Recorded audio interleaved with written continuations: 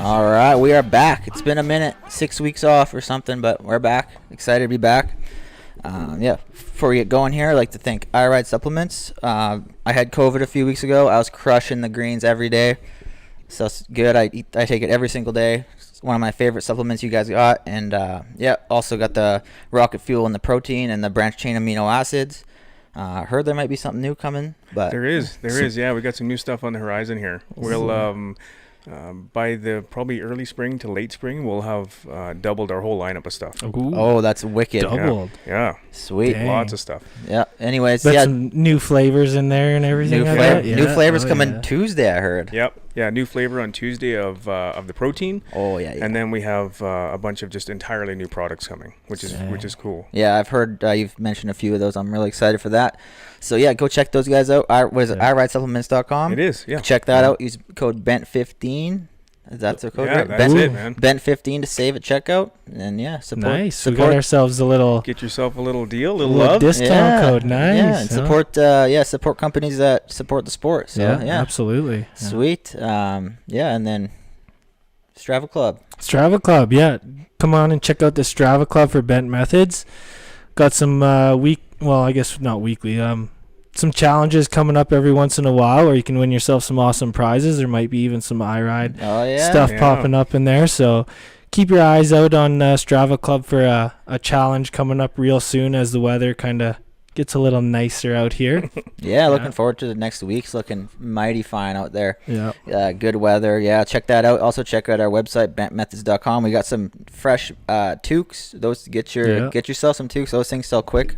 They go quick. Yeah, so get yourself a toque. We had the gray ones before. We got the black ones now. So yeah, get yourself some of that some toques. Basically, go spend some money. iRide Supplements, Bent Methods, and then I don't know, have some activity. Join the Strava Club. Yeah, Strava Club. It's great to get the community together and see if we can push each other and see what we can do and win yourself some prizes. Once we, I think we're doing one in the next week or so. So sweet. Get in on that. Strava. Yeah, if you haven't been on you Strava. You on Strava, Mitch?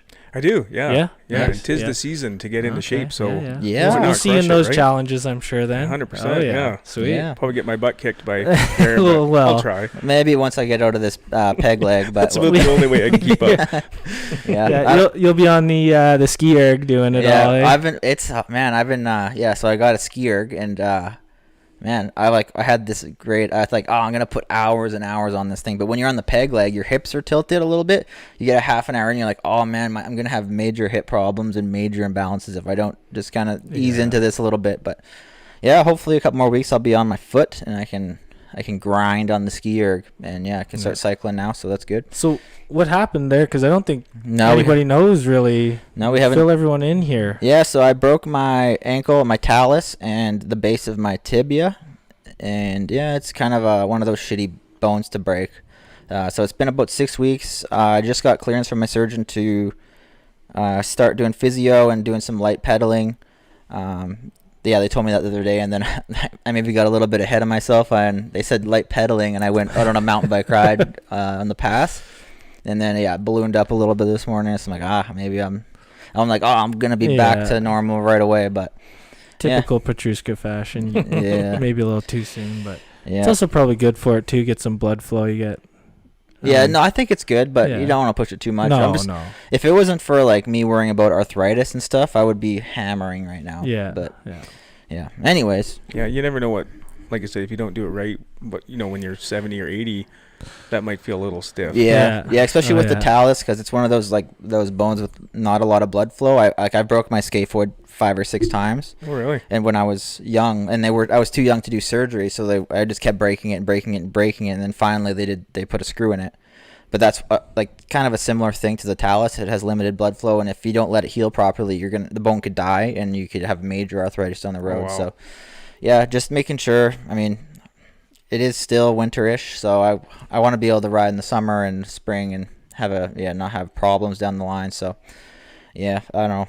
It is what it is. It happens in the sport. It's been a few years since I did something real bad. So now, is this all moto, like your scaphoid and your ankle? This is all moto stuff? Or? I don't know if I've ever really hurt myself other than moto. It's all been moto. I've had 2 shoulder reconstructions. I did my meniscus in my knee. They fixed that. I've had surgery on my. I got a screw in the skate for it. I had pins in my other arm. Yeah, it's all moto. Really? Yeah. See, for whatever reason, like whenever I hit the ground, I just hit my head. I've never broken a bone. I've tore some ligaments and stuff, and had to like reattach it. But I just give my head a good smack, and I'll not remember a bunch. And then, but I've never broken anything. Really? Yeah, it's the weirdest thing. Yeah. The head injuries are. I'd almost rather break a bone because it's like you can actually. Totally. There's the scary ones for sure. Yeah. Did you listen to the podcast? Did you with that neuro doctor? I did. Yeah. Super interesting. Yeah. Crazy stuff, right? Awesome. Makes you think twice about a lot of stuff, like the way. I mean, I'm sure yourself in the last few years you've handled concussions differently than you did earlier in your riding career. Majorly. Yeah. Well, and I don't know what other sports. What other sports have you done? Okay, hold on. Let's slow it down. Here? Okay, slow it down. Okay, first of all, thanks for being here, Mitch. So we got Mitch Robinson here, iRide Supplements. I guess give us a bit of background of who you are and how you got into the sport and how you got into. I guess we'll start with that. Yeah. So just growing up. Ever since like my very earliest memory, all I ever wanted to do was ride dirt bikes, but my family couldn't afford to get a dirt bike. So I rode pedal bikes, which essentially was like downhill mountain bike, only we didn't have the money to have a bike with suspension stuff on it. So I rode these like old ratty BMX bikes that the frames would break and stuff. And I would try and ride them down like a downhill mountain bike course. Wow. And then eventually I started working when I was 12 in a mechanic shop, and I saved up money. Believe it or not, I made $250 an hour. Can you believe that? $250 an hour. How long ago was this? I was 12 when I started, and I'm 39 now. Okay, yep. So that's crazy to think about. Yeah, so I made $250 an hour, like you see like a car dealership parking lot, legitimately sweeping one of those with a broom. I kid you not. So just racked up enough money that I got like this old beater dirt bike. It was a 1983 RM80. The engine was blown in it. Yeah. So I paid $200 to have a new cylinder made for it and stuff and get it all running. And then once I got the engine, bicycles were no longer a thing that I wanted to do anymore because dirt bikes were where it was at, right? So I did that for a long time, and I had all the, a lot of the same dreams. I wanted to grow up and race pro motocross, and I was, doing everything I could. I was working at a bike shop, and everything was great. And then I had a couple of bad accidents. I smoked my head and ended up in the ICU. And after that, I kind of thought, I might have to reconsider what I'm doing here. This might not be the best course of action. Because at that point, I was, I think, 16. So, if you're not that good by that point, it's not going to happen, right? So I kind of realized, okay, that's not going to happen. So I put myself through school. And when I did that, I paid my own way through school, so I had to sell my racing bike for tuition. Okay. And so when I did that, I thought, well, I need to find something else to do while I'm at school if I can't do dirt bike and stuff, right? So that's when I picked up fitness. And did you go to school for fitness then, or? Actually, no. I went to school for engineering. Engineering, so, okay, yeah. So oil and gas engineering, and I did that for a long time. And so just getting into the gym and stuff, finding something to do while I was in school. And then I got super interested in fitness, and really, like, I'm a super nerd about it as far as like nutrition and stuff goes too. Yeah. Like, I'm the guy that nerds out on PubMed and just reads articles and reads studies and whatever I can get my hands on, right? I think it's so fascinating how the human body works. Yeah. And so, so fast forward a little bit, I kind of got really, really involved in the fitness stuff, and I became a speaker, and I wrote some books, and I was traveling around doing like seminars and all that kind of stuff. And during all that time, I kind of started to get back into dirt biking too after I sold my bike. And it was more of like really just a weekend warrior thing. But as the years went on, I kind of thought more and more like, I really, really like these. Like, what can I do to combine the two things that I love most, right? Which is fitness and dirt biking. And well, in particular with fitness, the nutrition side of things. Okay. Yeah. That's what I'm really nerdy about. Yeah. And that's where iRide came from. Cool. Yeah. So when did you... Like, what year did iRide kind of start forming up for you? So it was probably 3.5-4 years ago. Okay. I started kicking the idea around because at that point, too, I was still heavily competing in fitness and stuff. And I was working for other supplement companies. And so I've been pretty involved in the industry for quite some time. Yeah, it's not like you just whipped up a formula in your kitchen one day. Totally. Say, let's go. In the bathtub, just mixing it up. Hey, this is going to be good. Yeah, these boys don't know what's about to hit them. Little salt. Yeah. No, so I was super involved in the industry. And just from that, I kind of got the idea of, well, maybe I could do my own stuff, because one of the things that I found in the industry was, whether something works or it doesn't, truly they just want your money. That's what I found. So what I found was that they wanted to use my name and the stuff that I had built up at that point. And they literally told me, you need to go out and say this to people, whether you believe it or not. And that goes against everything that I believe in, right? 100%. And so I'm like, you can keep your money, you can keep your product. I don't want any of it if that's what you expect from me. Yeah. Because I had people, like, they would come up to me backstage at different events and they're like, oh, it's so good to meet you. What do you recommend for this? And I just couldn't do it, man. I couldn't recommend something that I didn't believe in. Right. So that's where kind of the idea started to kick around of, well, why don't, I'm a nerd about this stuff. I kind of have a good idea what I'm talking about when it comes to nutrition and supplements. So why don't I look into creating my own things that I know truly work, and then that I can actually stand behind? You know? Yeah. 100%. Now, at the time, full disclosure, I really didn't know what I was getting myself into with supplements. Like, I was gonna say, like, how hard can it be? How intense was that first year of like getting into something that people ingest into their body? I can't imagine it's easy to just put something on the shelf out there. No. So again, very naively, I was like, how hard can it be, right? Not really thinking it the whole way through. And I'm glad I didn't, because I probably would have been scared off had I known that, right?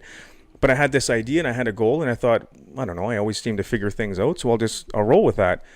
And dude, between Health Canada and getting certifications and stuff like that, it is insane the amount of stuff that you have to go through. So with Health Canada alone, they have something called an NPN, or it's actually an NHPN, a Natural Health Product License. Okay. So you have to take essentially your product, you have to send it to Health Canada, and they have to go through it top to bottom and say, we believe that this is safe for human consumption.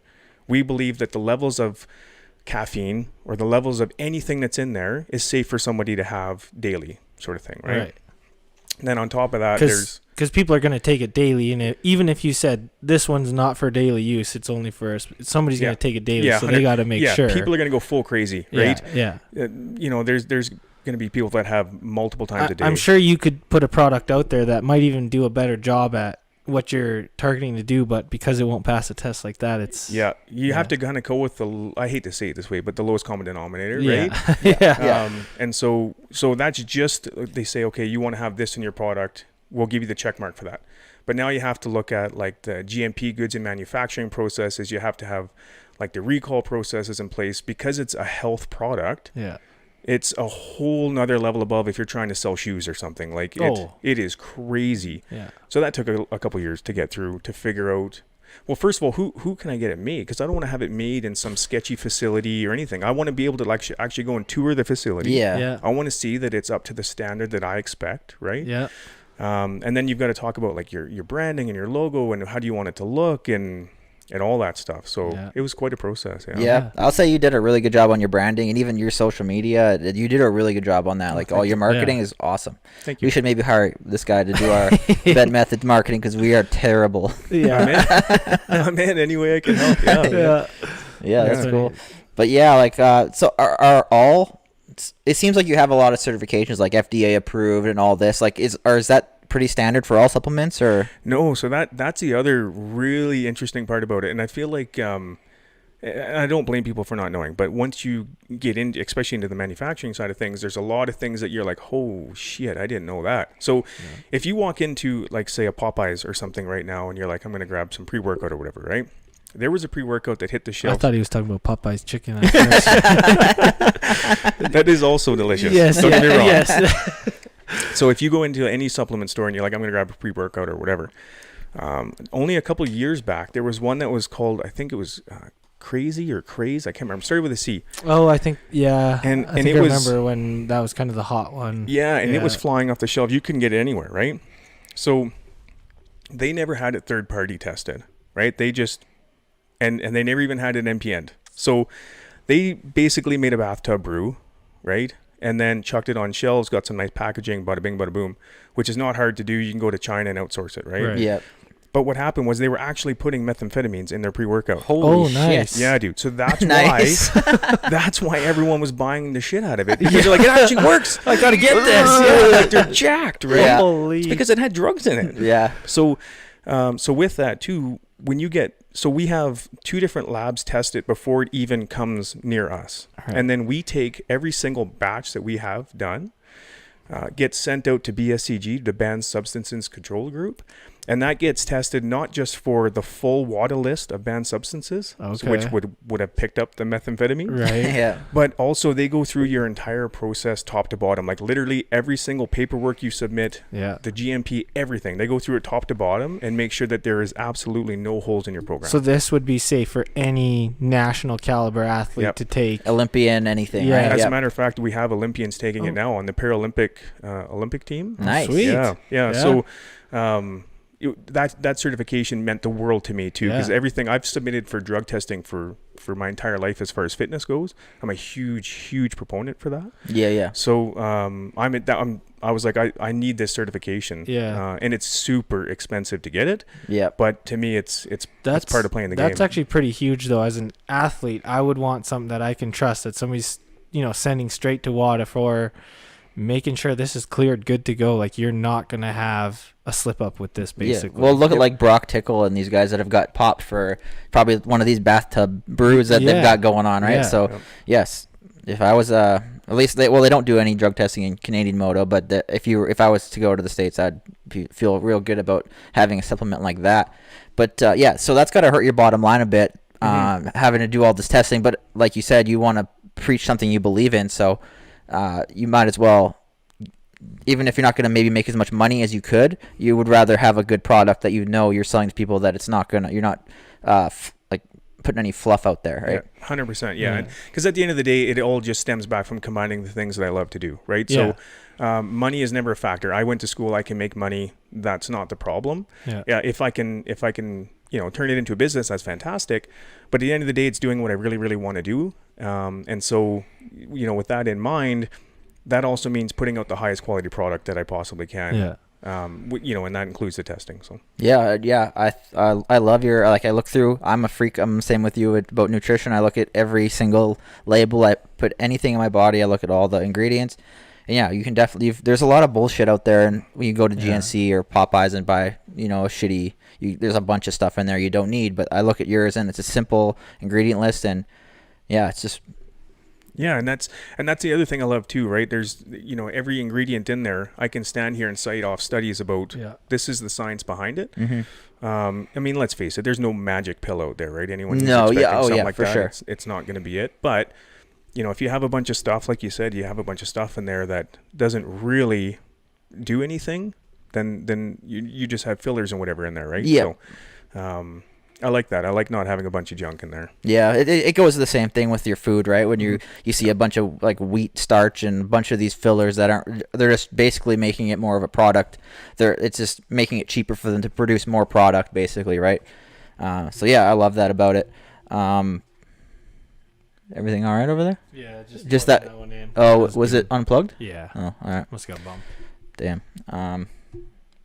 Yeah. So it's been a long process to get it going. Yeah. But I mean, now looking back, I'm super glad I didn't know what I was getting myself into. Because now all that, as we come out and every new product that we get, it all has to go through all the same stuff. Yeah. Right? Which is a whole nother, around here we go again. Yeah. But I'm happy to do it. Yeah. So I guess that kind of goes back to like, you didn't know what you're getting into, but that stuff is the most satisfying stuff to get into, right? Because then you're like, man, but it makes you realize there's always a way to figure it out, and there's always a way to make it successful, even though maybe it was a little bit more, it was a bigger, you're biting off more than you could chew maybe, but you didn't realize it at the time. But you can always, once you're in it, right, you can make sure you can get through it, and there's always a way forward. Yeah, absolutely. And I this is the same way with fitness and competing and stuff for me. I really truly believe that if I come up an obstacle or a challenge or something, I'll figure it out. Mm-hmm.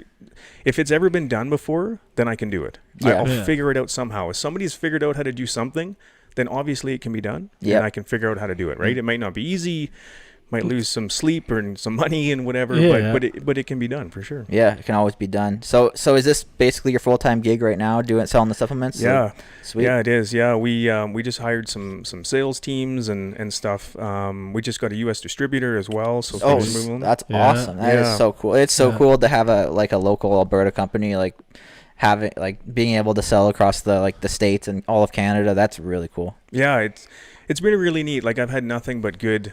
I mean, there's some weird people out there, right? Oh, like, yeah. dude, wearing tinfoil hats and Yeah. they Yeah. think there's government mind control in them or Oh. something, right? Like, you're gonna have some weird people out there for sure. But those people set aside, honestly, I've had really, really good and positive interactions with people about it. So Yeah. that helps big time. Yeah. When you put all that time and effort into it, right? Yeah. So is it feeling like, I'm sure like owning a business or starting a business, like there's a lot of pressure and weight on your shoulders, and like you said, sleepless nights, and I'm sure there's still financial stress, even though you said you're not like solely focused about money. Is it starting to get to the stage where you can kind of breathe a little bit, even though you're still focused, like going ahead and forward? A little bit, but I'm kind of hard-headed that way too. Like I'm like a dog in a bone. So when I have a goal in mind, I will drive for it. I'll get hell-bent on getting that goal, dude. Like you won't stop me from getting it, whatever it is. So even just going back to going into school, I went into engineering, and I am horrible, and I mean horrible at math. And I'm not even making that up, dude. I'm not even making that up. The first exam we did, it was applied mechanics. I got 19% on the exam, and every exam was worth 30% of my mark. And I'm paying my own tuition, right? Yeah. And I'm like, oh, shit. It's a tough one to come back from. Yeah. So I remember going down and having a workout and talking to myself, okay, well, I can either pull the plug now and at least save some money, right? Or I can do whatever I have to do. I can figure this out. I can read whatever books I need to read, talk to whoever I need to talk to, lean on the smart dudes in class, whatever I need to do to figure this out. But I'm not going to quit. I need to make this happen, right? And that's exactly what I did. I ended up hanging out with one of the smart dudes who ended up getting me through school. Yeah, no, well. But so this is kind of the same way. I have a goal in mind, and the goal is that I wanted to grow it into a pretty recognizable name. Yeah. But again, for me, that's not about the money. The money means is if I can make enough to make my house payments and drive my vehicle around, then I'm good. Yeah. What I want to do is I just love the sport so much, and I love fitness so much. Yeah. If I can be a part of that, that's my overall goal. Well, you're very actively involved at the local scene here, like at our track and stuff. Like it's been really obvious the last couple of years. Like you're involved. You're not just sitting off to the side and hoping something catches on. You're pushing. I try to be. Yeah. I try to be. But there's good days and bad, right? Yeah. I try to be. Yeah. So I'll get, okay, so we got this stuff figured out, right? I'm like, hey, I got the licensing, the testing's good. It came back, banned substance free, certified, everything sweet, right? Okay, so, but then my mind is like, well, hold on a second. What if I did this product, right? That I would love. I know nobody else is doing it. Oh, I think we're onto something. And then my mind just goes down the next rabbit hole of trying to figure that out, right? Yeah. And here we go again, where I'm like, okay, well, that's a huge bunch of money, right? Yeah. And then you got to market it and all that stuff. But yeah. I think I was talking to you on Instagram maybe 6 months ago or so. I'm like, you got to make an exogenous ketone supplement because no one in Canada makes it. It's really hard to get. It's super expensive. But yeah, you could go down a rabbit hole of all the supplements you could make, right? But yeah, I'm glad to hear you're expanding your lineup. Like I'm sure getting it started, you have the protein, you have the pre-workout, the greens, and the amino acids. So that's a pretty good base like to start off of. So yeah, I guess focus on that for the first bit and then expand as you can. Yeah, and that's really just been the plan. Like honestly, when I first kind of got into it, I thought I'm going to start it with a base, a couple products that I believe in that I would want to use, and then if there's a need for it and people kind of dig the brand, then we'll go from there. Like legitimately, we spend all this money, all this testing, and the manufacturing, all this stuff. And I remember looking at my wife going, "Do you think anyone's going to buy this?" And she's like, I don't know. I don't know. Like legit, I was like, I don't know if anyone's gonna buy this, right? Yeah. So fast forward now another year, and I thought, okay, actually, yeah, there's something to this. Yeah. People are digging it, so let's take it another step, and we'll grab some more products and stuff. Yeah. Wow. That's cool. Not enough people have that mentality that you've got of like, even like you said with your engineering school, just I have to make this happen, even though it was like you had a shit outcome that first test, right? And like that probably crushed your confidence, crushed your will to want to do it. But how many people out there just make something happen? Like most people would have looked at that and thought, oh, this next 4 years is the rest of my life. It wasn't even the rest of your life. You're not even doing it anymore. But you still made it happen. And I bet you happy and better off for it. And Yeah, 100%. more people need to take that mentality into whatever they do, and they think that starting something up is super easy and that the results should come right away.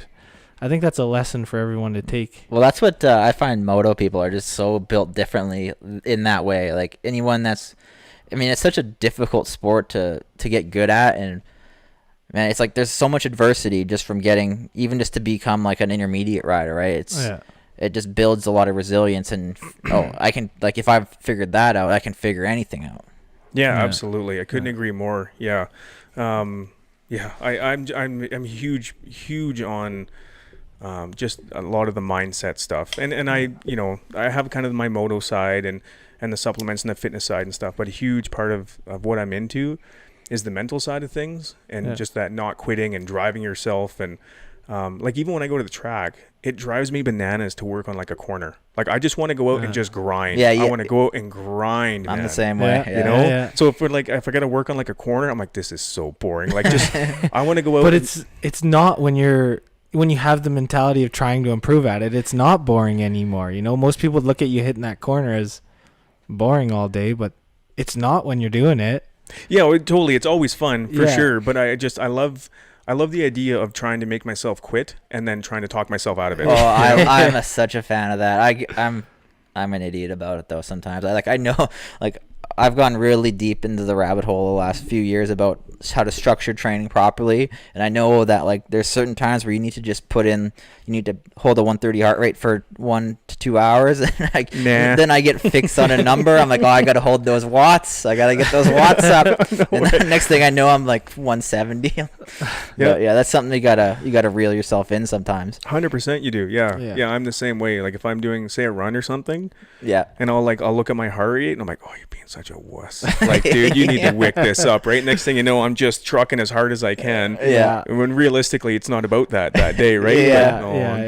Yeah, it's definitely like a balance you have to have. But I mean, I love moto people because of that, because we're all just ridiculously stupid sometimes. But yeah, it's awesome. Yeah, I'm with you though. Like I love pushing myself to the point where it's like, can I go farther? And then something clicks again, and then you can do it, and you can just keep pushing harder and harder. Yeah, absolutely. And so many of those instances and circumstances and things in life, they get you through other things and you don't even know it, right? Like they really teach you what you can get through. And then when you come up against something that's maybe not quite as hard, you're like, I went through that, so this is nothing. Yeah. Right. Yeah. And that's what fitness has done a lot for me in my life, is like I've put myself through the ringer like most people probably would never think to do. Yeah. And my approach now is when I come up to something hard like this isn't hard. I'm not hungry. I'm not anything, right? Like this is just a problem I have to solve, right? Yeah. But there's nothing really difficult about it. A lion isn't chasing me, trying to kill me.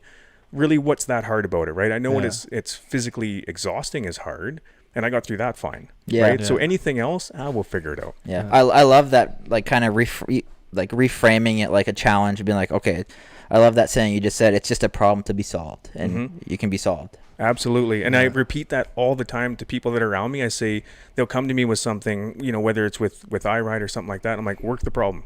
We'll figure it out one way or the other. I don't care how we do it, but we're going to figure it out. Yeah. Call someone. Start with the basics and Google it. I don't know what you need to do, but I don't accept no, and I don't accept I don't know how to do this. Right. Or I can't do this. I can't do this. I refuse to accept not until those you've terms. exhausted all your limits and options and abilities. And even then, has someone else done it? That's right. Okay, well then we can figure it out. Yeah. Right. And I'm super hard-headed that way about everything. Some people on my team will come up to me and be like, dude, okay, well, there's this or this problem. And I'm like, okay.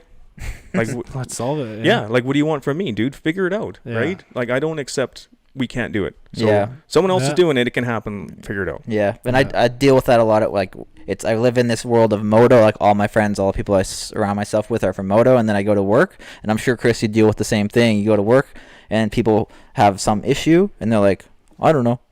Can you fix this? Yeah. Can you fix this? Like, just figure it out, man. Like, they have learned helplessness. They have to have somebody help them through a problem. They can't problem solve and figure it out on their own anymore. 100%. Yeah. Yeah.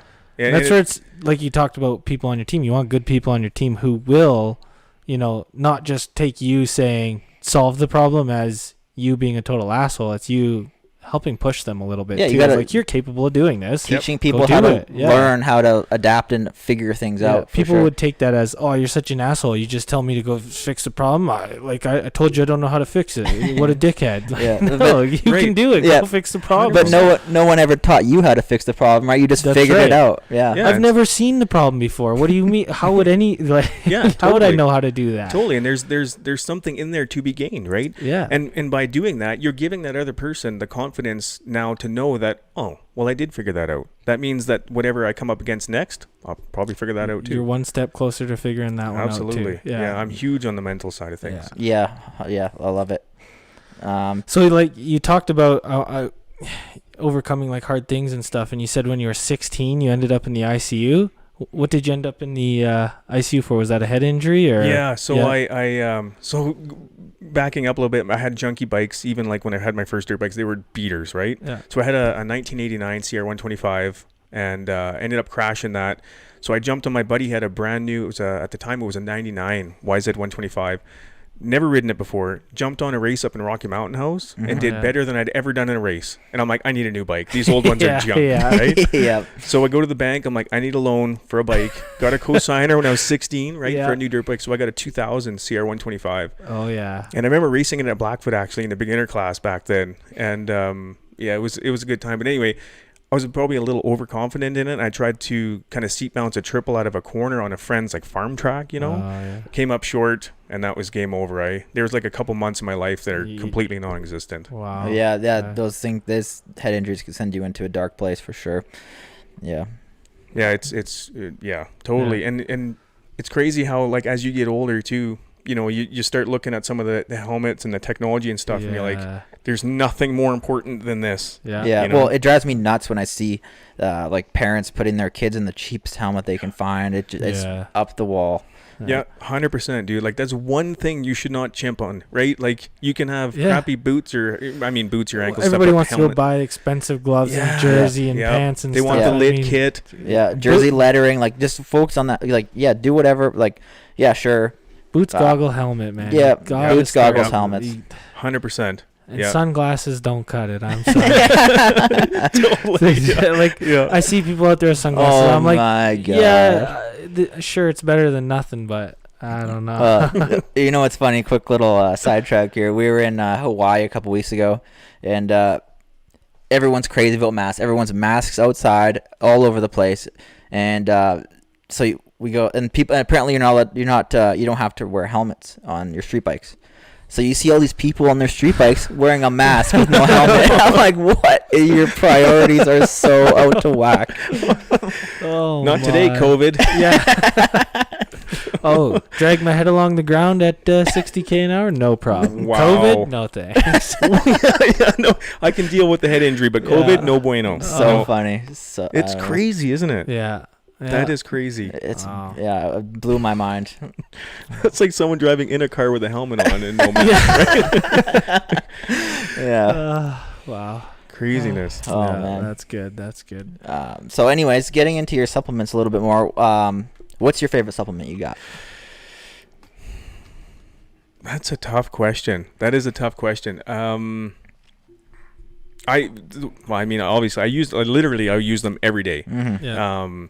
I think one of the ones I'm really quite proud of so far, but man, wait till you see what we have coming out because I'm really, really stoked on some of that stuff.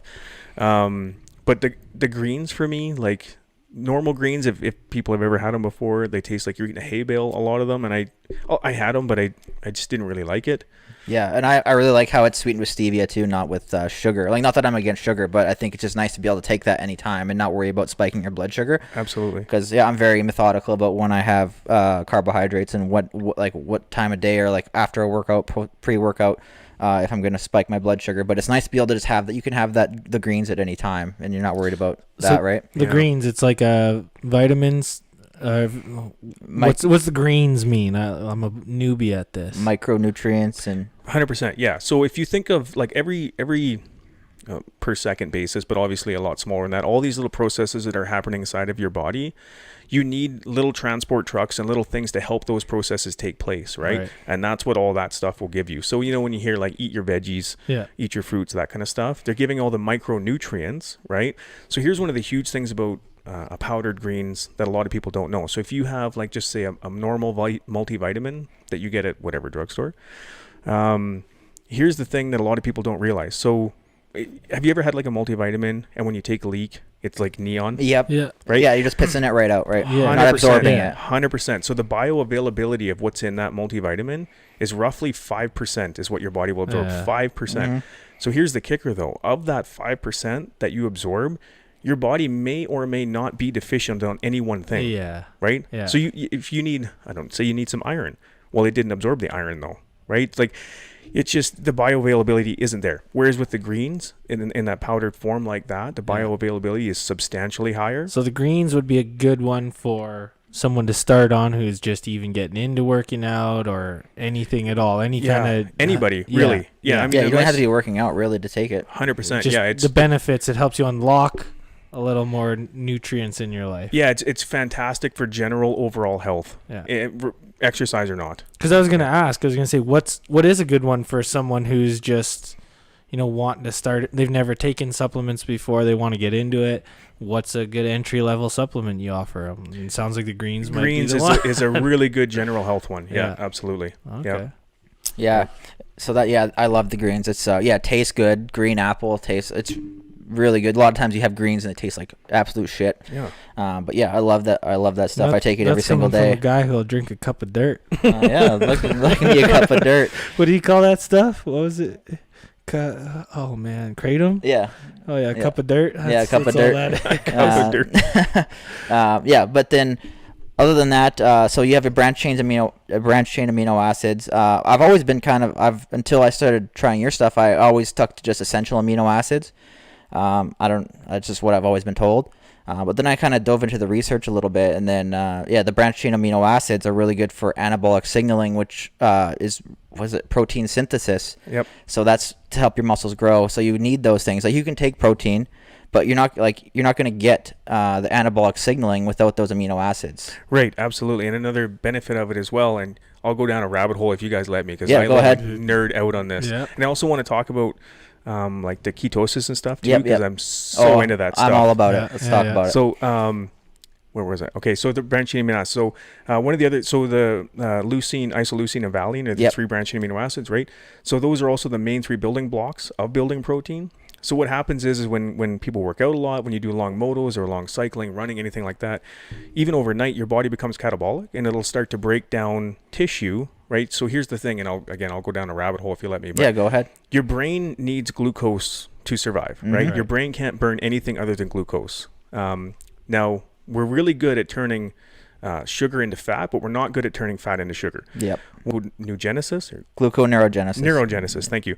Now, here's the thing: is that as you sleep, when you start to go catabolic, right, your body will start breaking down tissue and stuff like that. Another benefit of the BCAAs is it helps keep you in an anabolic, a positive nitrogen balance, so your body doesn't start breaking things down quite as quickly. Yeah. So there's the two different ways. It's the protein synthesis, and what's the other one? I can't remember. It's the opposite. No, maybe skip over that. It's fine. Are you talking like when it's like the catabolic state. Yeah. Okay. It's I can't think of. I was just looking at it this morning, but yeah, it's right on the tip of my tongue. I'm sure I'll come up in the middle of a conversation. So basically, the opposite. Protein synthesis is the signaling for your body to create more muscle mass. Basically, the opposite of that would be your body breaking down tissue, right? Yeah, absolutely. Yeah. Your body's just breaking down tissue for a bunch of reasons, right? But dietarily wise, nutrition wise, if it recognizes it needs something, it'll just say, well, your muscle takes a whole lot of energy, and I might need some of that, so I'm just going to break that down and use it. Yeah. Right. Yeah. So that's one of the huge benefits of it. Yeah. Okay. Yeah. Cool. So why? Yeah. So that's the reason. Basically, you went with a branch chain rather than a essential. That's right. Yeah. Yeah. And again, just from my own fitness side of things and my background in it, it's just stuff that I found helped. Yeah. So I guess for the person that doesn't know the difference between branched chain and essential amino acids, do you want to elaborate on that a little bit? Yeah. So for essential amino acids, it's just like essential fatty acids, right? So there are a certain amount of things inside your body that you need to get because your body can't produce them. Yes. Right. So with the branched chain amino acids, they are in a lot of things that we eat as well. Yeah. Yeah. Like steak and. Yeah, absolutely. But like anything, there's nutrients in everything that we eat. But if you can supplement with that and boost that a little bit, that's where you get some benefit out of it. But yeah, so the branched chain amino acids, it's kind of like you're taking a much more specific or much more of a kind of like a sniper shot with those amino acids in particular, right? Yeah, because I think there's 9 amino acids, right? But there's leucine, isoleucine, and valine. Those are also in an essential amino acid, right? But you're just basically taking the 3 you want. Yeah, exactly. Right? That sniper shot of those 3. Yeah, and trying to get the benefits from those 3 in particular. Yeah, that's cool. Yeah. Yeah, I don't even know where to go next. Get into the ketosis. Yeah, let's go with that. Yeah. I'm all into this stuff. Yeah. So, okay, tell me about kind of what you do and why you do it. I'm super interested in it. So I don't think ketosis is like the thing to be in all the time. I think it's good to be in for short periods or maybe like a week of your recovery block, just to build metabolic flexibility, so your body can actually create energy from fat rather than just always relying on glucose or glycogen. So say anyone that's a big road biker or runner, they've probably bonked. Like when you totally run out of calories, you get dizzy, you don't know where, you can't even find your way home. When you have that metabolic flexibility, that basically is gone. Like since I started doing the keto thing, I'll do like 10 days of keto once in a while just to build my flexibility. And so that doesn't happen once you have that, because then your body can tap into your energy from your fat cells rather than just always relying on glucose. And okay, all of a sudden there's no glucose. What am I going to do? Yeah, absolutely. And you're 100% right with that. So if you want, we'll go down that rabbit hole a little bit. Yeah, let's go. Because it's super interesting. So within the mitochondria, and you can stop me if I'm wrong on something or if I'm mispronouncing something. No. So within the cell, there's a mitochondria, right? And the mitochondria basically take the calories that we have and turn them into energy, the ATP, so that we can function. So, the old like biology textbooks, there was like, it would show a picture of like a cell with like a mitochondria in it. Yeah. Well, that's not accurate. There's thousands of mitochondria inside one cell. Okay. So with ketosis, what happens is exactly that. You want to be able to be flexible in your fuel source, right? Yes. So for the average person, so like yourself, I would say you're probably super flexible in what your body's ability to draw from fuel, which is what we're meant to be. Yeah. Anthropologically speaking, it might have been a week before we got our next meal. Yeah, that's how we evolved, right? We might have been a drought. We had no food. You rely on ketosis to keep you going. Absolutely. Right. But with the way that we live nowadays, we have food that's readily available, and it's usually pretty carb heavy. Yeah, well, I think that's a major problem in our society right now. Like, I'm not totally against carbs or sugar. People maybe think I am, but I'm just like, it's way too easy to get way too many carbs, and you're spiking your blood sugar. We have a big problem with insulin resistance, and there's a big problem with non-alcoholic fatty liver disease, and that's just from spiking your blood sugar so much. Like drinking a Coke, You're drinking a Coke 2 or 3 times a day, your liver doesn't know what to do with that, and it's just creating fat around your liver. So that's where that comes from, right? Absolutely. So with that, what recent studies are showing is that roughly the average person, roughly 50% don't have that flexibility that you mentioned to swap between fuel sources. Probably more than that, if I had to guess, right? But it gets worse. So if people are a little overweight, that jumps up to roughly 85 to 90% of people can't convert. They're not very flexible in being able to go back into a state of ketosis. Yeah. And then if you're obese, over 99% of people cannot go back and forth. So what are the repercussions of that? Like what would that manifest itself as, right? What happens is when you generally around 8 hours ish after you stop taking in glucose, your body's looking for fuel, right? So it starts breaking down, it starts oxygenating the fat, gives you fatty acids. Your body will start using those for fuel. Most of your body, loves using the fatty acids as fuel, right? Yeah. Your heart, as a matter of fact, it prefers fatty acids as fuel versus anything else. Your liver loves it. Lots of that loves it. But the one thing, your brain cannot use fatty acids as a fuel. It has to have glucose, right? So the thing is, and so if you don't have that flexibility that you mentioned to go back and forth between glucose and ketones and that kind of stuff, your brain's not getting what it needs as you sleep throughout the night. Yeah. And so what they're finding is that for people who are out of shape and overweight and don't have that flexibility, they're finding that this may be at the foot basically of the the brain diseases like Alzheimer's and things like that. 100%. Because you're literally killing off the things in your head. Isn't that something? Yeah, it's nuts. Yeah, it's crazy. And I don't know if you've ever done like a longer fast or like weeks in ketosis, but man, you have very steady energy levels. You have like this great mental clarity. It's actually the one crazy thing. I've done a couple like 48-hour fasts, and once you get like past that point where you're like, I want to eat, it's like all of a sudden something flips and you're just like, okay, my body's creating ketones.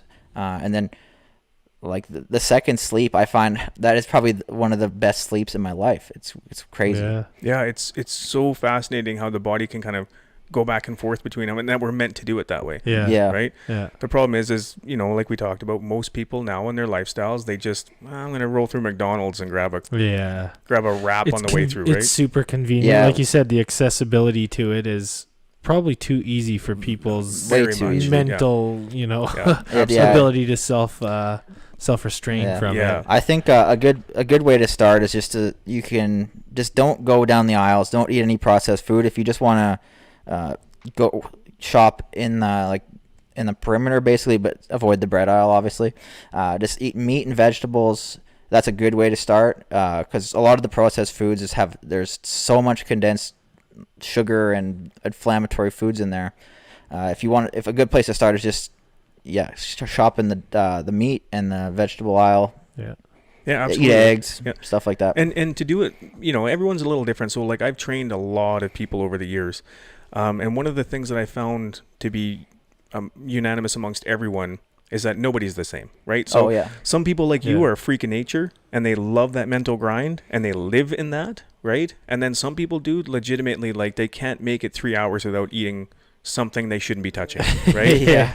So what I've learned is that there's what you're doing, which is probably the perfect way to do it, right? And then there's a way that people can start off with, and then maybe if they can work towards that.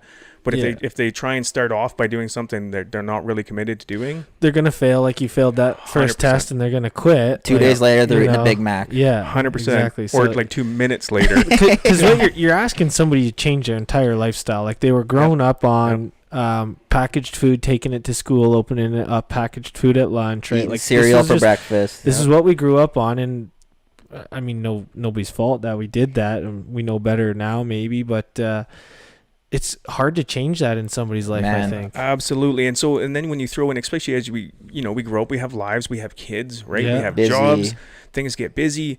I didn't have time to make this specific meal before I left last night because I had to work late or whatever it is. So they grab something that probably is going to go against what they're trying to do. I also think that, like what Jared is saying with like the simple foods of just meat and vegetables, like how long does it really take to pick up a vegetable and some meat of some type? Takes you like 12 minutes to cook a steak, or well, not even that. Like you can just pick up fruits and veggies and eat it straight out of the fridge. Like you don't have to do anything to it. You don't even have to unpackage it. Totally. And that's where I believe that the ketosis thing, like being that metabolically flexible, like, so if you say you have a flight and you have to go to the airport and there's nothing but shit airport food, at least if you have that metabolic flexibility, maybe you can go 8-10 hours without eating and it's not the end of the world. Yeah, absolutely. Absolutely. Like your body's just so much better prepared to deal with things, right?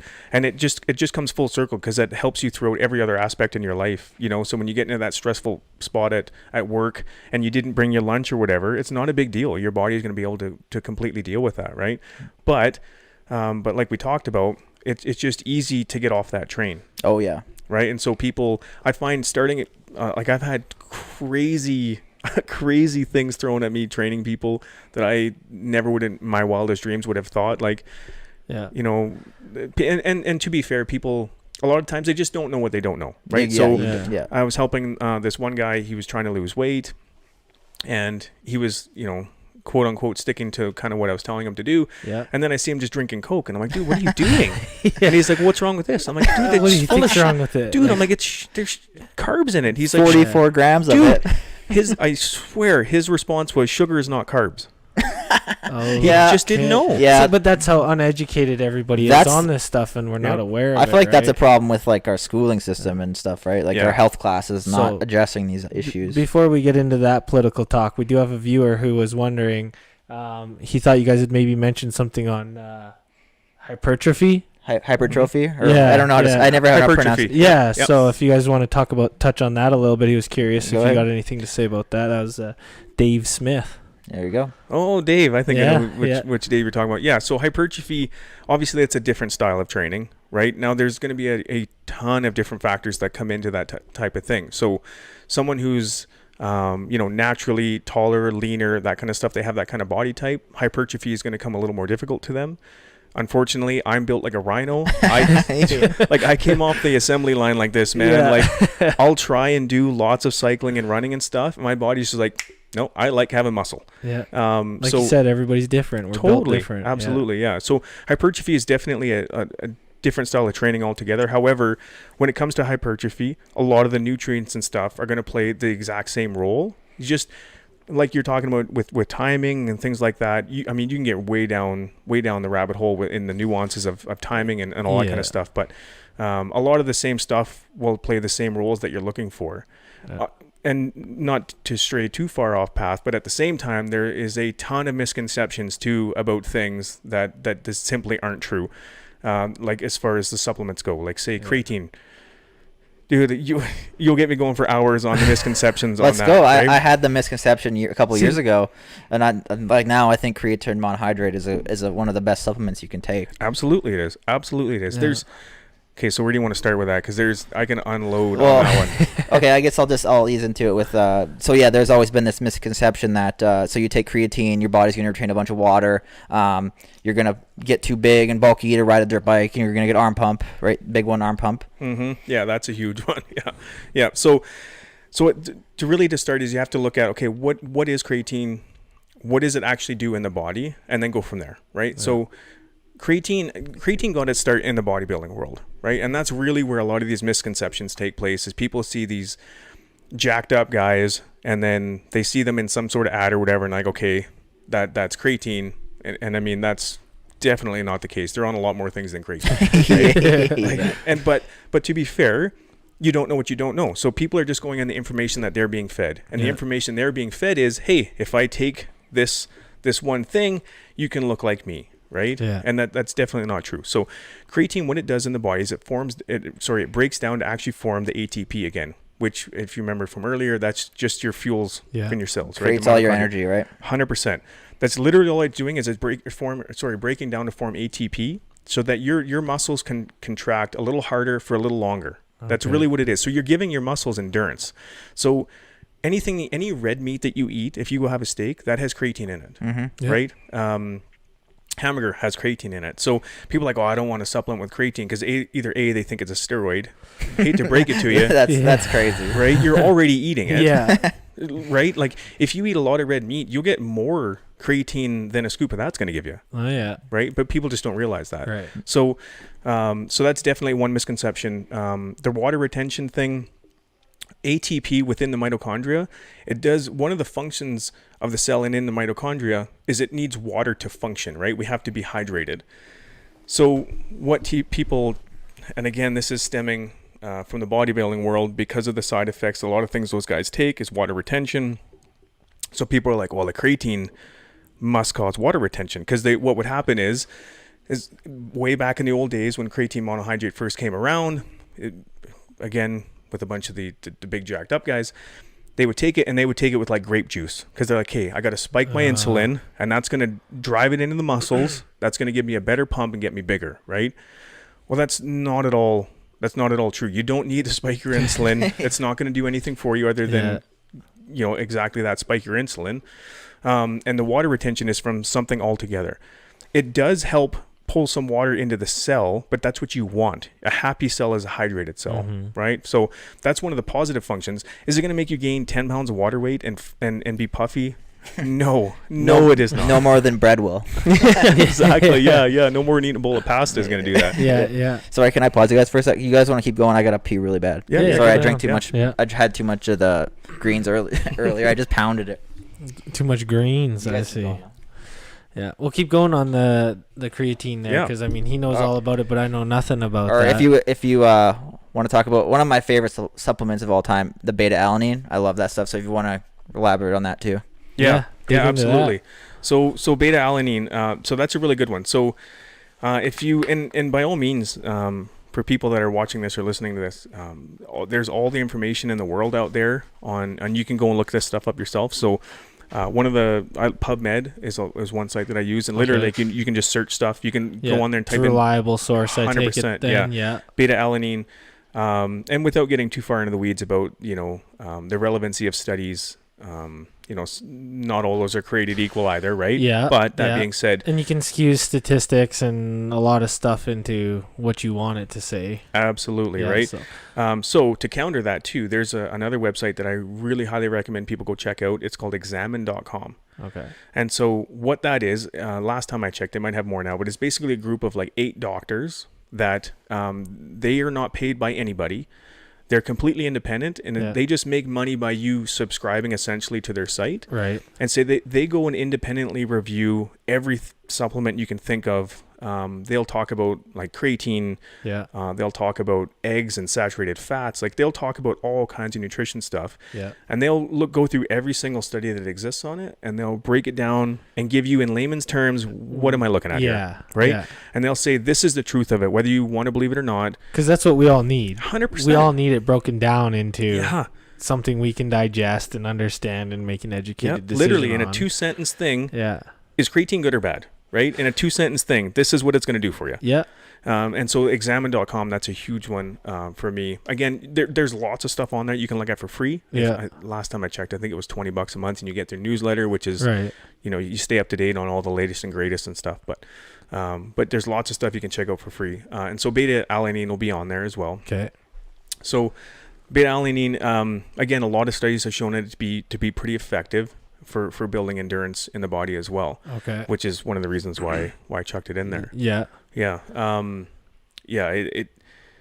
Again, And there's you put that one in the recovery or the pre-workout? that's in the pre-workout. Okay, the yeah. pre-workout. Yeah. All So right, just yeah. for endurance and stuff like Yeah. that. Yeah. So what happens with the beta alanine too? Because a lot of people when they see a pre-workout or something like that, they're like, I don't want it to give me the tingles. Yes. Right? That's I get that from some of those. Right. So yeah.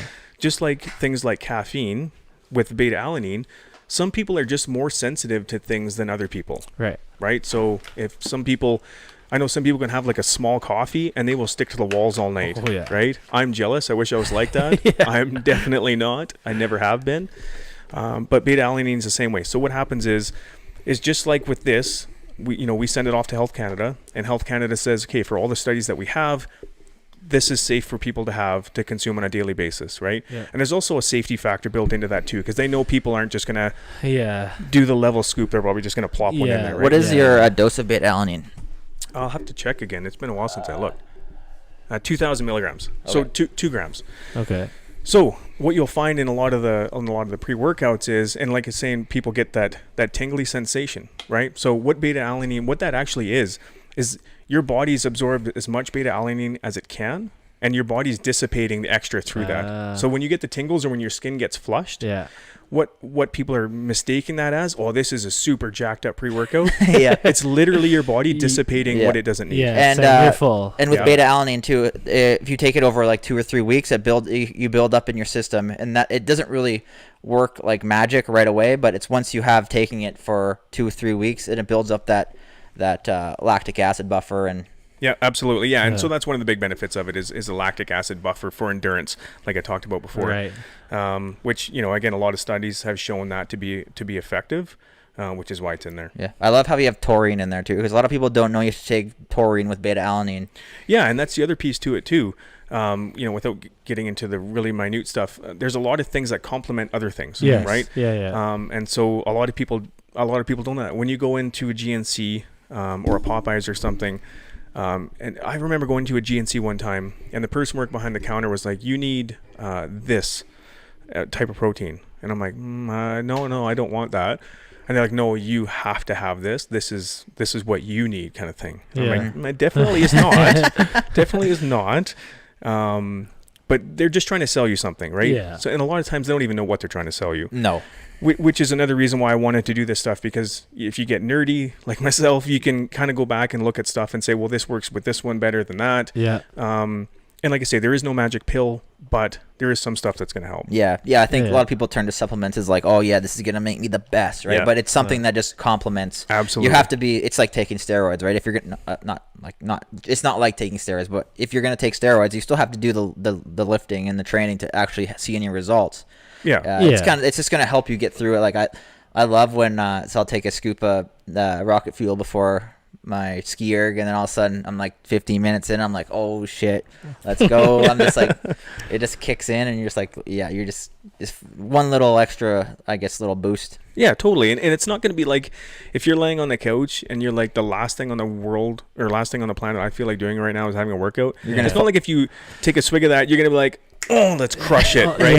It's not a magic pill. Yeah. But if you are doing hard workouts and stuff, 100% it makes a difference. Yeah. Okay. Cool. So you have the whey protein. Have you ever thought about doing like a casein protein or anything a little slower digesting protein? Absolutely. So it's funny you mentioned that. So with the new products that we have coming out, Stay tuned. Yeah. Yeah. So like I have this huge idea of all the stuff that I want to have, because I think there's a role for different things, right? Yeah, for sure. And so yeah, like there's so many things I want to get. It's just a matter of allowing it to expand into that area. Yeah. But totally, we're gonna do a casein. We're gonna have a vegan protein out soon. I went for 6 months where I went completely plant-based because I wanted to see the effect that it had on my body. Right. Because again, you hear all these things that, well, it's going to do this, that, or the other thing. It's going to affect your performance in this way or whatever. Yeah. So I thought, well, I'm going to try it on myself and see where I end up. I actually didn't notice anything negative at all. Oh, really? Okay. Yeah, absolutely. Yeah. So there's a lot of people that want a plant-based protein as well. Yeah. And so we're also looking at having one of those done up. And that's actually really important to be taking your BCAAs with on a vegan diet, because you're getting a lot of these amino acids from stuff like steak and stuff like that to help your body digest the protein. Yeah. So when you have the BCAAs, that's going to kind of complement the vegan diet a little bit too. Absolutely. So that is one of the negatives on a plant-based diet that a lot of people don't understand, is some of the sources that they have are not a complete protein source. Yeah. Right. So if you're saying, in a slice of cheese, there's some protein in there is, but it's also not a complete protein source. No. Right. So to your point, Jared, like there's not everything's created equal. So even with the plant-based stuff, yeah, you might have to sub in some other stuff just to make sure you're covering all your bases. Yeah. Right. And even not even just from a performance standpoint, like I get it, right? We're all about a performance type thing. Overall health too. 100%. Just from an overall health standpoint, it's really fascinating. Have you ever read the book? It's about plant-based diets. It's called. Oh, it's right on the tip of my tongue. It's got pages on the. It's got pages and things. You've seen it. It's got a cover. Yeah, you've seen it. Shoot, I can't remember the name of it. It's a plant-based. One book I'm reading right now is The Plant Paradox. I don't know if that's the same book you're talking about, but it talks about the phthalates in the plants. But it's probably a different book. No, it's it'll come to me. But anyway, what's interesting is that this guy that authored the book, he goes way off into the weeds about how if you eat anything but plants, you are 100% going to get cancer and die. Like he goes way off in the deep Really, end. that's crazy. Yeah. But to be fair, he does refer to some studies that make you go, it might not be a bad idea to mix some things, right? Yeah, for sure. Yeah. And he does pick a lot on protein, like milk-based proteins. Yeah. Some of those, to me, I'm under the belief, like, you take anything to an extreme, you're probably going to end up with some extreme something. Well, happen. yeah. There's going to be an extreme reaction to. I mean, you can hyperhydrate and die from drinking water. Yeah, exactly. So I wouldn't be surprised that somebody on a certain diet did end up with a cancer of some type. Just like they say, you eat too much meat, you're going to end up with cancer as well. Well, you take anything to an extreme, you're running a risk. Yeah. Not to mention the genetic side that comes into play too. Everyone's right? so Huge, different. Yeah. I mean, I don't think there's any way you could possibly ever factor in for all of the things, right? No. And that's the problem with a lot of these like studies, right? Because they look over groups of people that eat meat, but they don't factor in how much they drink, how much they smoke, are they eating Big Macs? Are they eating like a real good steak? They don't factor for a lot of that stuff, right? Yeah, absolutely. Yeah. So I'm curious. So with your with your diet, like with ketosis and stuff like that, do you do like say normally do you do any intermittent fasting? Yeah, I do probably 4 or 5 days a week. Oh, you do? Yeah, eh? I Okay. do. I'll my window will be from like 8 p.m. till noon. Okay. So a lot of the time. Okay, so that's a pretty good. I I think it's a 12-hour window. No, it's more than that. 14-hour, 16-hour window. I don't know. Yeah, that's pretty good. I find one big thing that helps me big time is if I can be done eating before a certain like at least 2-3 hours before bedtime, I sleep a whole lot better. Is that right? Hey? Yeah, big time. I find if I snack on some chips before I go to bed, it helps.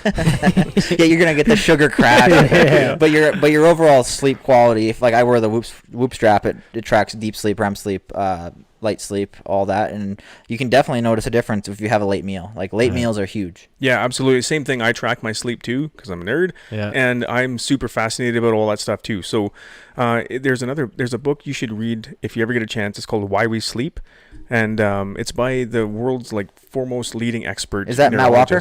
Matt Walker? Yeah. I've seen it. Have you seen that book before? I Have you read it? I haven't read the book. I know the book, but I've listened to him on podcasts quite a few times. Yeah. Yeah. The book is, dude, it is mind blowing. I mean, we know sleep is important, right? Yeah. But when he kind of digs into the science of it, it really makes you go, okay, sleep was here for me. Sleep is now number one priority for me. Yeah, it's big time. You don't realize it until you kind of take a step back because, I was last winter I was working like 15, 16-hour days, and I was like, I keep going, but then you take a step back and you get some actual good sleep. You're like, oh man, I was feeling like shit before. Yeah, absolutely. Well, and I bet you read a book like that and there's a lot of misconceptions about sleep, like you said there was about things like creatine. Like you hear, oh, you have to get 8 hours of sleep. Well, I'm sure there's a lot of misconceptions to just getting 8 hours of sleep. Like you said, are you getting a quality sleep? What are you doing before the sleep?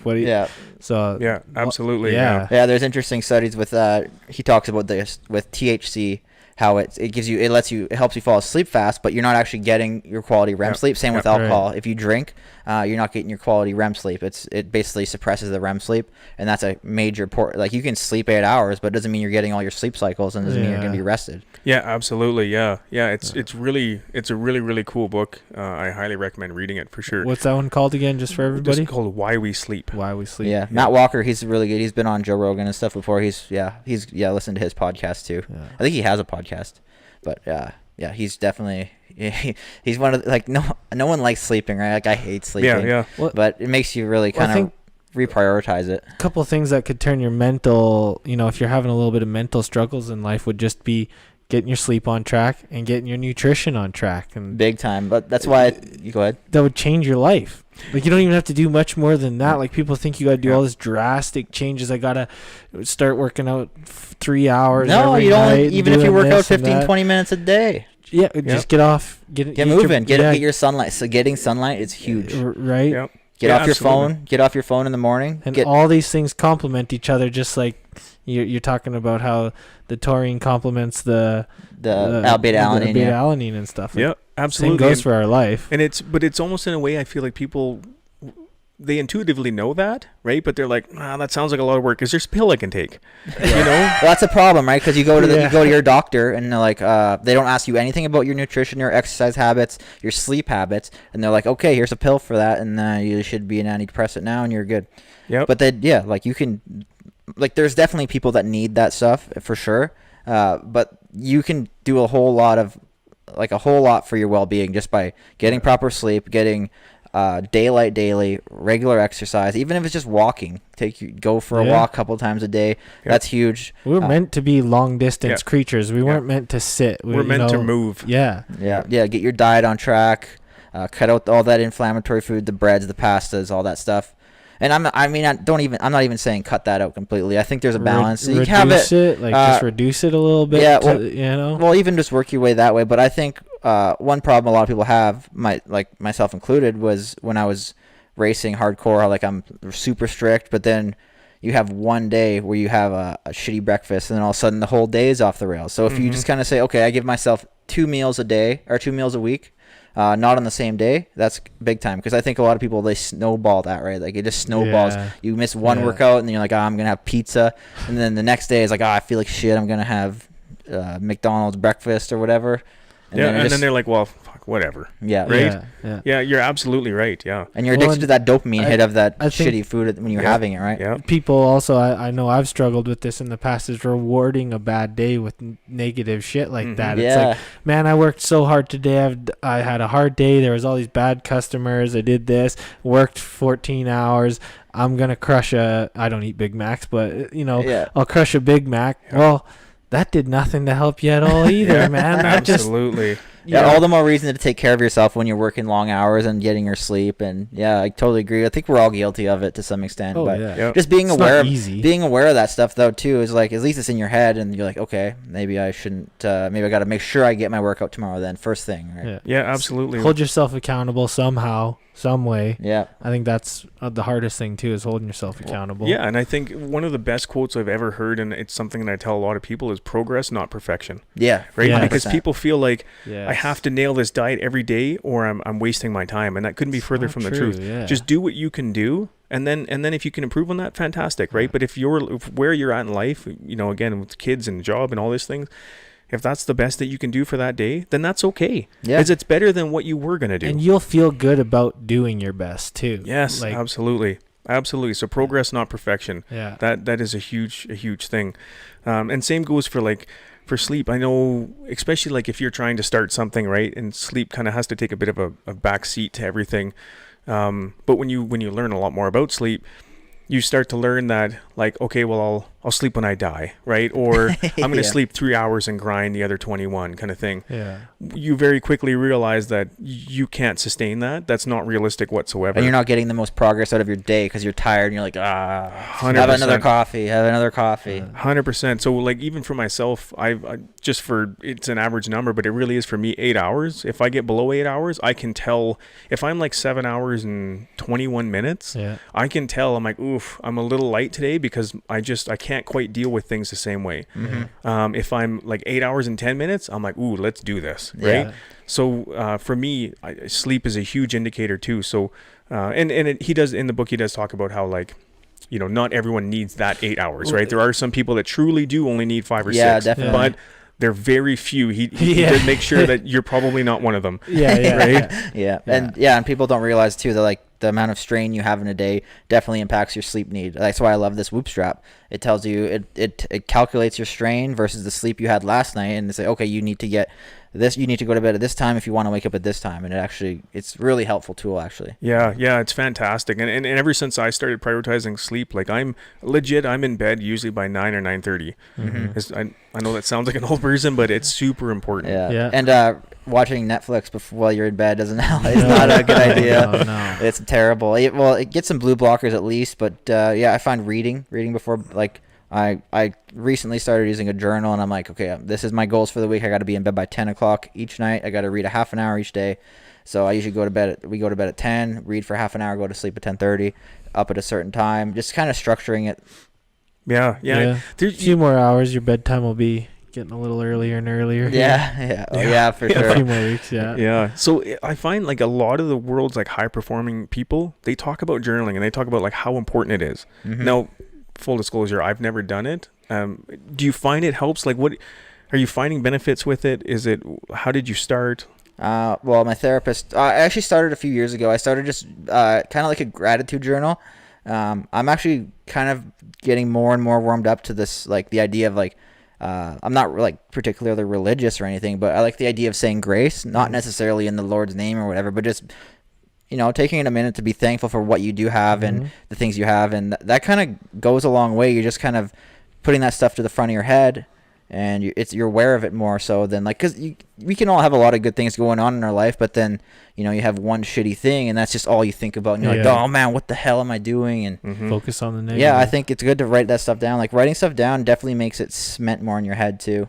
Yeah, absolutely. I find for me personally, like if I'm laying in bed and I can't seem to shut my mind off, one of the things that really truly helps me, honestly, is I practice being grateful for things. Yeah. And is whatever corny or weird as that may sound, Yeah. I literally will sit there, like if I can't shut it down, I'll go, okay, well, I can move my hands, I can move my feet, that's cool.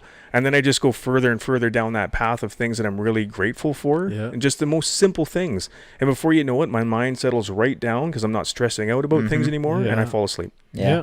Do you do any meditation or anything like that? See, I was talking to a friend of mine the other day about it. I've tried it before, but I just feel like I'm laying there and I'm like, and my mind just keeps skipping off path, right? And I know that's normal for meditation. Yeah. But I was talking to my friend about it actually just a couple weeks ago, and he does quite a bit of it. And I was talking to him, I'm like, I can't seem to get my mind to settle down on it. But then I realized a lot of things that I do now kind of are like, they're a form of meditation. Running. Yes. Yeah. Totally. Like there's things I do where I can slow my mind down and stop, overthinking everything. Yeah. I just hadn't labeled it as meditation, Yeah, but definitely. it actually is. Yeah. Yeah. I'm the same way. The only place that I can get my mind to settle down was either during some form of activity where you don't have to focus. Like riding's not a good one because you got to focus a bit, but either that, like a run, or a float tank actually was. Have you tried a float tank before? No. Oh my God, there was just something about it that Really? allowed you to get into a bit more of that. So do you know what a float tank is? Yeah. So you sit in this saltwater bath. Basically, it's the same. It's heated to the same temperature as your skin. So you're laying in it. You're floating because of all the salt. It keeps your body up, and then you sit in this they do it in either rooms or in pods. But it's just some people put music on and lights on and stuff. But I sit in there, dead silence, pitch black, and it's like you're floating through space. And at first, you start like your mind's going all over the place, and all of a sudden, it's like you hit a point, and it's like you're just like, whoa. And then it's almost kind of like a psychedelic thing. It's crazy, but yeah, I can't recommend it enough. I'm gonna have to give it a try. Give her a couple tries though. The first time it takes you a minute to figure it out. Like it's meditation, it's not easy to just get into a meditative state. Yeah. I found my first one it almost took me the whole session to get into a state where I was kind of calm and relaxed. Okay. And then the next time I went, it was a Yeah, lot definitely. quicker to get into. So it. like, how long are you going for? You can do an hour or an hour and a half. Okay. Yeah, it's cool. Interesting. Are you big on ice baths? I find that's if you want to quiet your mind and be really present in the moment, get into a bath that's 35 degrees Fahrenheit, and you're there. There's no way around it. I love it. You're focusing on now. I love it. I do it every single day. I get in there. I'm just like, you just focus on your breathing, and all of a sudden it's like, 2 minutes in, the bath doesn't feel so bad. You're just like focusing on your breathing. You're totally present. You're completely there. Yeah, and there's actually quite a bit of science behind taking cold plunges and stuff like that are super beneficial for the body as well, right? Big for your immune system, dopamine release, everything, right? So do you do your ice bath in the morning or at nighttime? I typically do it at nighttime. I don't know. I find when I wake up in the morning, my body temperature is kind of low. Okay. I don't know. Apparently, like your body is you're supposed to be at your coldest. You're supposed to go to bed cold, and as you are waking up, you're supposed to warm up. Yeah. So I like to do an ice bath. I usually do a workout, and then I do an ice bath, and then apparently it's really good for your I can't remember what's the kind of fat. What's the fat that's internal? What's that fat called? White fat? Intracellular fat? Yeah, something like it's good for your intracellular fat to get into that cold water and then get out and not go into warm water right away. Just let your body heat up. It's really good for that. And then I'll wait a bit, and then I'll go in the hot tub usually. Okay. That's it. So do you rock I've seen people just plug in a deep freeze. Do you do that? Or I've thought a lot about you need to line the freezer. Oh, okay. But I don't know how exact. I don't know. I know people that have done it. I know that Corey, the neuro guy that was on here before, he does that. But yeah, I just take. So I have a fridge. Our fridge has 2 ice makers. So usually every day it's full. So if I go 2 days without doing an ice bath, then I can get it colder because I have more ice. But yeah, I fill it up with cold, just as cold as it can go. Fill up the bathtub, dump as much ice as I can into it, and then I get in for 3 to 5 minutes, and I do like minimum 21 minutes a week. Really? Eh? Yeah. Wow. And you must find that helps quite a bit with inflammation as well. Oh, big time. right? Yeah, big time. Joints. I find for muscle soreness too. So I get into the ice bath with a little bit of iRide protein and some greens, and then next day I'm feeling pretty good. Like sometimes you do a bunch of Bulgarian split squats or something, and you're just crippled, right? But I find taking the time to do that kind of stuff really helps.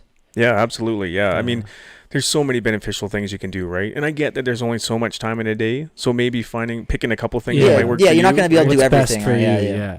Yeah. So I've got another listener question here. They were asking, what's the best time of day to take your BCAAs? Completely depends on I guess the timing of everything else, if that Probably makes sense. Protein intake and totally, yeah. So if you take some BCAAs and then you take a protein shake, it's not going to be as effective. right? Yeah. So timing is going to be completely dependent on what your day looks like. But that's one of the benefits about the BCAs is that it can be applied across multiple things that you're using it for. Okay. So like Jared was talking about earlier, you're going to get that into your bloodstream, right? And it's going to help you kind of hold on to what you have instead of your body tearing everything down. So like post-exercise is good. And if you like, a lot of people like having it during exercise as well. I mean, there's no wrong time to take it as much as it's probably when is the not most beneficial time to take it. Yeah, exactly. Yeah, It's probably not being used as well as it could be. Because if you eat a bunch of steak or something, right, and then take some BCAs, the steak's probably going to beat it out, right? So it's probably not being used to its full extent. Okay. But if you're out at the track or you're out running or something like that, 100%, yeah. Yeah. Well, Yeah, cool. Who was there that we from? go. Who was that Another question from? Dave Smith. No, Dave Smith's coming in Dave, hot with yeah, the question. question. He's into it He's today. DTS Trailer Services. Oh yeah. Shout out Dave Yeah, Smith. Yeah. Yeah. there you Sponsored go. me one year. Nice. Shout out. Maybe you should sponsor Yeah. the pod. I'm just kidding. He raced some races last season at Wild Rose, hey? Yep. Yeah. Yeah. Oh yeah. He's Awesome. out. He's out there all the time. Yeah. Yeah. Good to cool. see I those remember dudes. reading the name off as we're. Oh yeah, we're announcing the series. Okay, so let's go back a little bit into your background a little bit. When did you start? So you said you started getting into motocross seriously when you were 16 or so. Did you pursue that consistently? Well, I mean, maybe a little bit. Like I wanted to be one of the pros and stuff like that, right?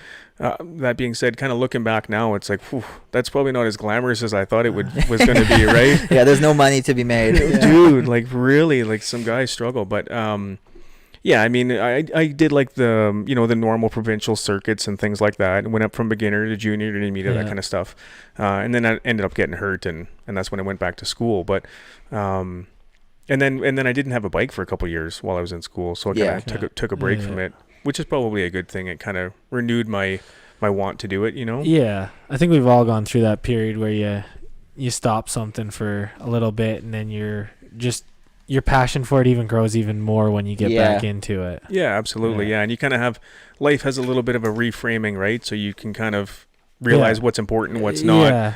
Maybe winning the junior race at the provincial level is not worth dying for. No, man, that's pretty serious stuff right there. Yeah, it's a pretty sweet trophy. Yeah, the junior class at Rocky Mountain House, you better get that $5 exactly. trophy. Yeah, exactly. Better get that plaque. Yeah.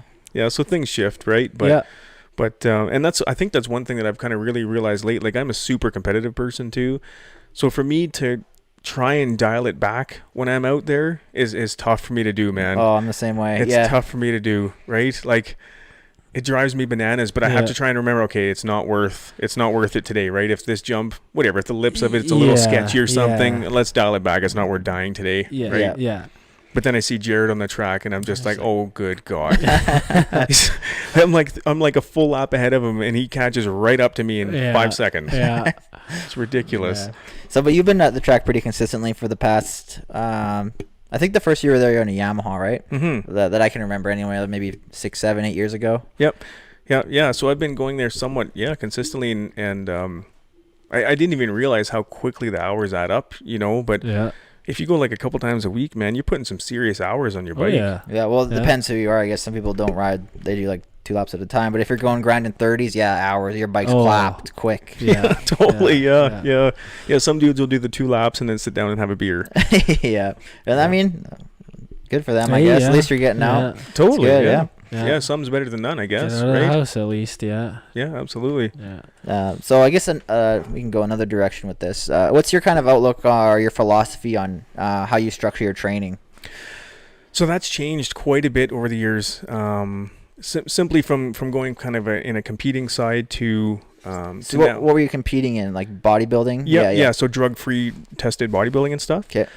So kind of going from that over to more of the stuff for like motocross and stuff, right? And kind of seeing some parallels, but also seeing, obviously the endurance base has to be a lot higher and that kind of stuff.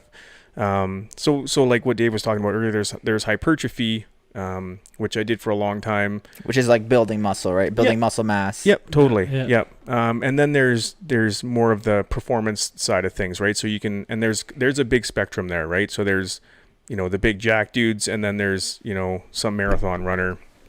And then in the middle, you might have some CrossFit people, Yeah. and anywhere on that sliding spectrum. Actually, hold on here. I got we had an Instagram question that was fitting with this.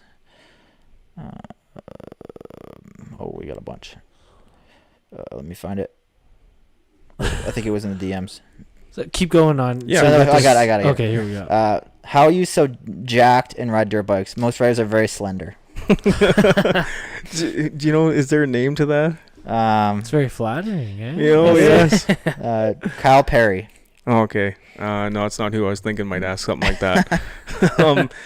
Just from my background, and again, I kind of came off the assembly line this way, so it's always been really easy for me to build muscle. And as a matter of fact, like lately, I've been trying to decrease my 5K time. Yeah. And I'm never going to be a skinny dude. I just have to accept that. Yeah. Right? There's some people are just built differently, Yeah. right? 100%. Yeah. So when I was on the competing side of things, that worked out quite well. I ended up getting top 5 in the world in drug-free bodybuilding. Oh, nice. that's awesome. Wow. Yeah, which was fantastic. But that chapter was over, and now I wanted to go do something else. But my body still just is like, you're not going to be a runner, dude. You're not going to be a runner with calves like that. You're not running nowhere. You're a guy that you look at a dumbbell and you put on 5 pounds. Yeah. It's a constant fight for me. So Yeah. so just in regards to my training, it's gone a lot from, a lot of strength training and things like that to now a lot of my training is aerobic based stuff with a lot of CrossFit type circuit things. So I'll do like a lot of high end circuits. So you mix in some anaerobic stuff too. Huge. Yeah. And basically I will actually, man, I don't even remember the last time I did any sort of like significant strength training, just because my genetics, I just don't need to. Yeah. Where I do need to focus more on the anaerobic and aerobic side, that's where my body, like if I let myself eat a few extra things and I lay off of some aerobic stuff, dude, I will balloon right up. Yeah. That's just the way my body is, I wish it wasn't like that, but that's the way it is. So I definitely have to focus more on that side personally. Okay. Otherwise, I'll spin out of control. Yeah. One narrative I kind of hate is that you're over 30, your metabolism's slowing down. You're gonna balloon up. You're not gonna be as fit as you were. Like that. It's all kind of it's all kind of nonsense. Yeah, if you let it, exactly. Yeah. Exactly. If you let it. And here's the thing too, is that people use that as a crutch, right? Yeah. They think, well, when I hit a certain age, things are going to go downhill anyway. And it just becomes a self-fulfilling prophecy. Yeah, right? 100%. They just let it happen, man. Yeah. Whereas if you stay committed to it, right? And I get it's not easy, but if you kind of stay the course, it doesn't have to happen. No. 100%. Right? Yeah. Doesn't mean it's always going to be easy. And you're probably going to fight that fight. And maybe you do have to make a minor adjustment in your diet and lifestyle, but it's probably not this major one that everybody thinks it is. Like, no, it's really not. And I mean, everyone's different with their genetics and everything, but really just because you hit 30 doesn't mean it's all downhill from here. Well, if you made it to 30 with a certain, body type and metabolism and stuff, why would it just change overnight? It doesn't. It doesn't. You're doing something to change it. Yeah, absolutely. And like I said, I think a lot of people lean on that, right? Yeah. I mean, even when people hit, 60 or 70 years old, you see a lot of them lean on, well, I'm getting older, right? Mm-hmm. Well, I've competed against guys that were in their 50s that were in crazy shape. Oh, yeah. Crazy shape, right? And they just didn't have any excuse, so they just kept at it. And maybe that's when the supplements come more into play when you get a little older. But you know who the oldest guy to climb Everest is? How old is he, you think? I wouldn't be shocked if he was like 70. 80 something. Yeah, 85 or something. Yeah. Are you serious? Dead serious. Well, there you go. There's your proof, right? Yeah, now, granted, he may be an outlier, yeah, right? for sure. But doesn't mean you have to give up at 60. No, yeah, exactly. Just because, I've hit this magic number that most people believe you should start slowing down at, right? Yeah. And even I see it with guys, like I work with this one dude. He's an old Polish dude. He's like 67 or something. Still swinging sledgehammers and doing it just as much as anyone can, right? Yeah. It's all with your lifestyle is huge with that. And I think it's all what you prioritize. Yeah, it's your mindset. It's your perception of where you should be, right? So like what you think you become. So if you think when you hit 60, I can start letting off the gas a little bit, that's probably what's going to happen. Mm-hmm. Yeah. Right. But I know for me personally, like maybe I won't be able to lift as much when I'm 70 or something like that, or be able to run quite as fast or whatever that is. I don't know, but I'm sure as hell going to try. Do it. I'm still going to try. That's the thing. Yeah, you just got to if you keep moving, you're going to be able to keep moving. Yeah. 100%. Yeah. Yeah. A lot of times I'd rather wear out than rust out. Because Yeah. I think a lot of people rust out. Yeah. Right? I'd say most people. Right? Like their joints go and they can hardly lift themselves off the toilet. They're afraid to make use their bodies because they think they're gonna wear it out, but by not using it, you're making things 10 times worse. 100%. You got to use your body. You use it or you lose it with your body. 100%. Man. That goes for anyone, right? Yeah, we're meant to move. We're meant to get up and chase food and do things, right? Not to sit behind the computer all day. And tear and rebuild and, like, that is part of our body's structure and DNA is to cells die and regenerate. Like, There's a reason that we have the ability to get into a ketogenic state. Right, there's a reason that adaptation is there. It's not because in the last 100 years of our industrialization that our bodies have figured something out. Right, it goes back a lot further than that. There's a reason we do that kind of stuff. So when you're structuring your training, do you have a lot of base training in there too, or? So what's your philosophy on base training? So for me, I'm huge on flexibility. So I'm huge on listening to what my body's telling me. Like, believe it or not, even after all those years of competing on stuff, I never did write my workouts down. I always had an idea of what I was going to do going into there, and I had a goal, but I always listened to my body, and I was very in tune with that, because not all days are created equal. Not all sleep is created equal. Stress happens in life. Things will come up, right? So you have to be willing to roll with that. I think if you're trying to force a square peg through a round hole, that's when you can get injured, you can get burnt out, you can have all these things happen. So for me, my base is always going to be, okay, so this week I'm going to do 5 runs this week. I can do them whenever the hell I want, but I have to get this many in, right? And if I have some crazy thing happens, well, that's life. I'm not going to kill myself over it, right? I get that. As long as you don't make that week after week. Totally, right? Yeah, and don't ever use it as an excuse or a crutch. It was an extenuwait circumstance. Exactly. Exactly. Yeah. Being tired that's not going to cut it. No. Right? If you wait till you feel good to work out, you're never going to work out. Exactly. Exactly. Like, legit, like I'll train every day, and I very rarely am I like, oh, I'm so excited to do this right now. Like, like a lot of times I'm like, okay, let's get the grind on, man. It's just going to happen. Once you get 5-10 minutes into, you're like, oh, okay, let's go. Yeah. You're like, okay, it's not so bad, right? Yeah. But again, we're also designed to, like, our bodies are designed to tell us to not do that, right? Because we don't know when our next food is going to come. So our bodies are sending these signals to say, nah, you probably should slow down today. Let's careful, just rest. Yeah, let's rest, right? We don't know when we're going to eat again. Rest is important too, right? It is for sure. But I think what people consider to be rest and probably what is good rest are probably two different things.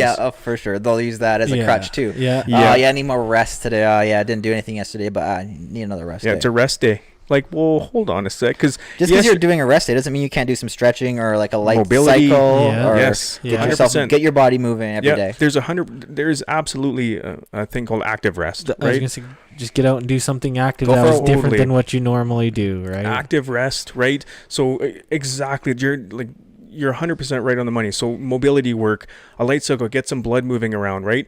Just keep the mitochondria, keep things activated and going, because if you don't use it, you lose it. And it's quite interesting. As a matter of fact, within a 7-day period, any athlete, within a 7-day period, and again, genetically, depending on the person, you will start to descale on that very quickly. So you will start to become less and less fit quickly once you stop. People might think, well, it might take months. No, it takes days. Yeah. You're not going to lose it all. No. But you're going to rapidly decline. The good thing is, though, it comes back quick if you have that from before. Absolutely. Yeah. So that's one of the benefits of doing things like strength training, and that is there's things like rate coding, right? So you're improving your body's ability to recruit muscle tissue faster, that kind of stuff, right? So your body does remember all that. So let's say you train for 6 months and you get to a super fit level. And, a lot of people have probably done it where they take the week off to go to Mexico or something, right? And then when they first get back into training, they're like, whew, this feels a lot harder than it should, right? Your body is already starting to dial things back. And to your point, you'll quickly pick it up again and away you go. But there's a reason that it feels that hard again, is because your body's already going, okay, I don't need to do this anymore. That's wasting energy. I don't want to waste energy, because anthropologically speaking, that meant death for us, right? So there's a lot of things like that.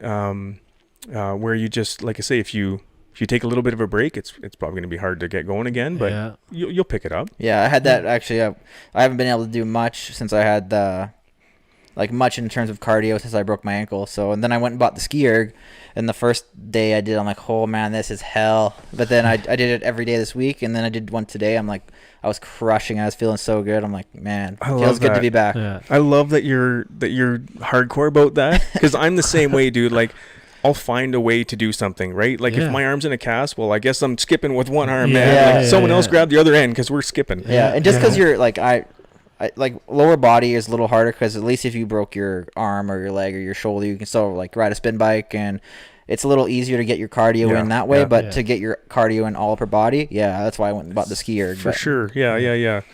Yeah, but I just love your mindset on it. I think that's wicked. Don't quit. There's a way around the problem. You can't put your leg on a bicycle. Yeah, there's a way around the problem. But problem to be solved. Absolutely. Yeah. But if you're bent on doing it, man, you'll find a way to get it done. Yeah. Right? Absolutely.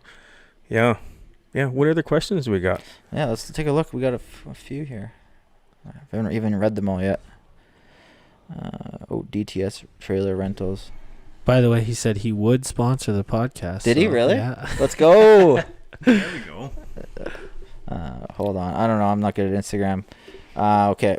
Jeremy Lumberjack. When are we going to see Mitch line up for an off-road race in Alberta? Oh, that's a good question. So I did buy a 2-stroke bike for that. Oh yeah. Yeah. So I got a KTM 300 XC because I want to get outside my comfort zone and try some of that. So probably this spring, I think I'll line up and dude, I'm gonna be a goon out there. Like I have no idea what I'm doing.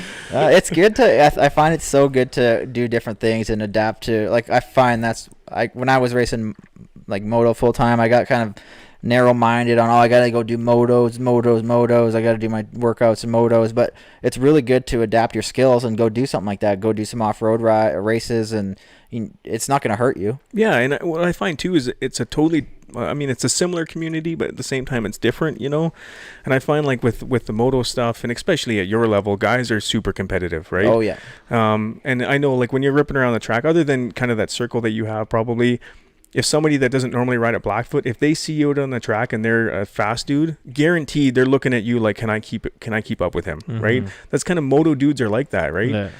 Whereas I find kind of out in the bush, it's kind of like, you stop and take a break, whatever, leaning up against a tree, it's all good. We'll keep going at some point. Yeah. It's kind of a different feeling. Yeah. I find it's just, I feel like a lot of us locals here in Calgary, we get kind of stuck riding Blackfoot all the time, but it's really good to go and ride. Like there's a good track out in Ypres, like out in the bush. There's a good sand track out there. Go ride different stuff. Yeah, absolutely. Yeah, and I'm definitely guilty of that. Like we all are. It's so convenient just to go to Blackfoot, right? Yeah, absolutely. Yeah, but like growing up, we had like 5 different farm tracks that we would ride on, and then noise kind of got those things shut down. But did you grow up around Rocky Mountain House? I mean, I know you mentioned Rocky Mountain House before. No, in Sundre. I grew up around Sundre. So you still live around there, right?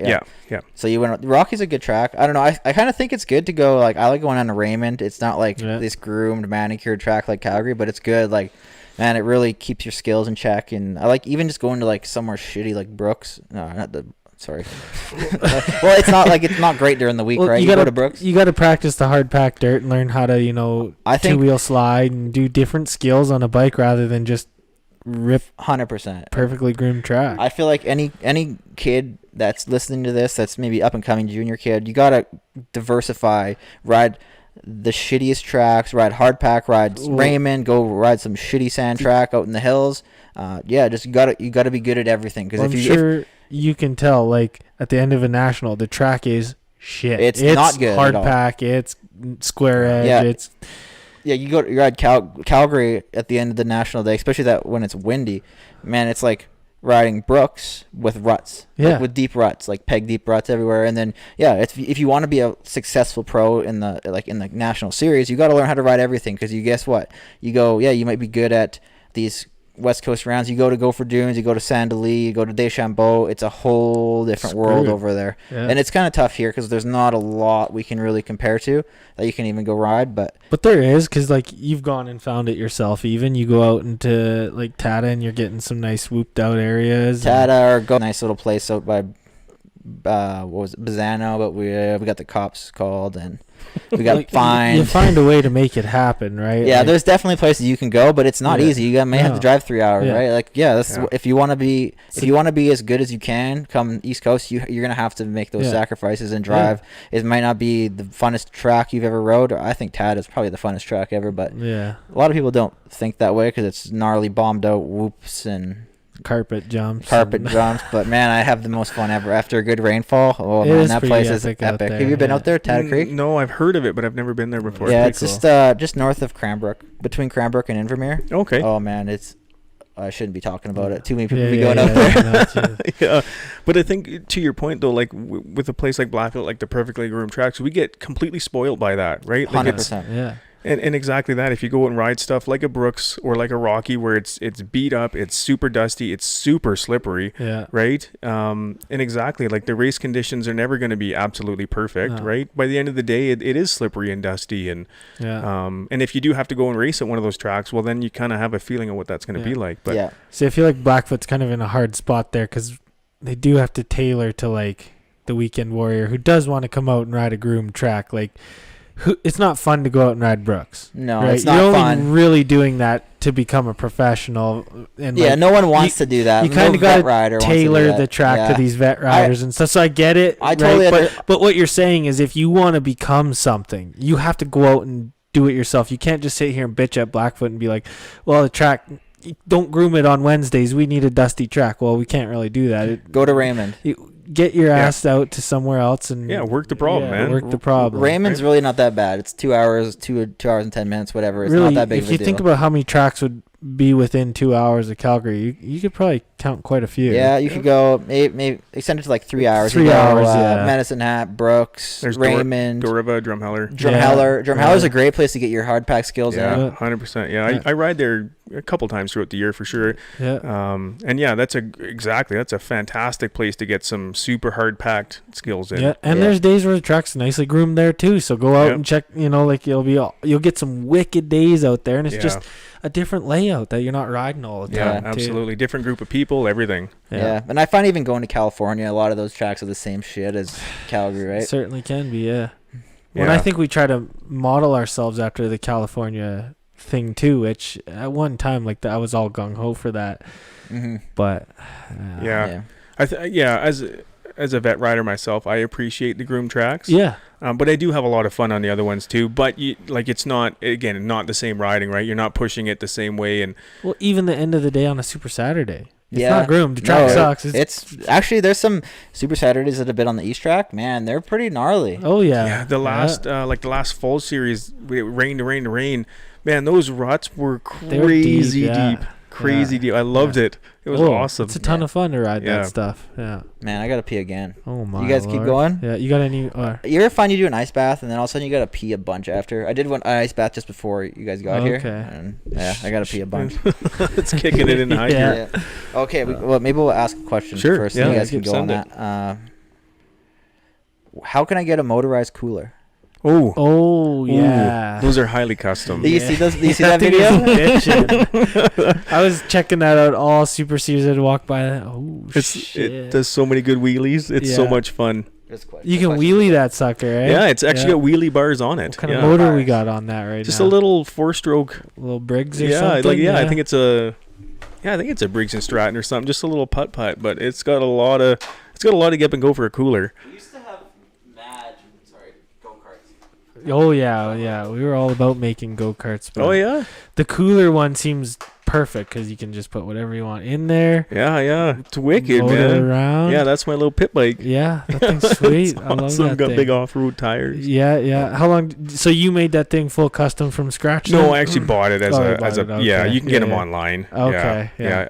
I've tried to look for them like used. No one's selling those Nobody things, has- man. yeah, No, they're no, too much no. fun. Yeah, a little specialty. Yeah, but yeah, you can just go online and buy them. Yeah, that's pretty cool. Yeah. Pricey or not too bad? Yeah, like $1,500. Yeah. I mean, by the time you end up building something yourself and you buy a motor and buy all the gearing and everything, Yeah, it totally. does cost to do a good job. Yeah, I'd probably try and Yeah. bolt the cooler down and it would come flying off while I was on it or something. Yeah. No, that's cool. Okay, let's see here. Let's see. They want an opinion on the difference between. We kind of went over that earlier with Jared. Between essential amino acids and branch chain acids. So we kind of gone on that. We've touched on that. Yeah. So we're just talking about the branched chain amino acids are part of those, but you're kind of narrowing in on those ones. Yeah. Yeah. Oh wow. Do you walk or run faster after rocket fuel boost?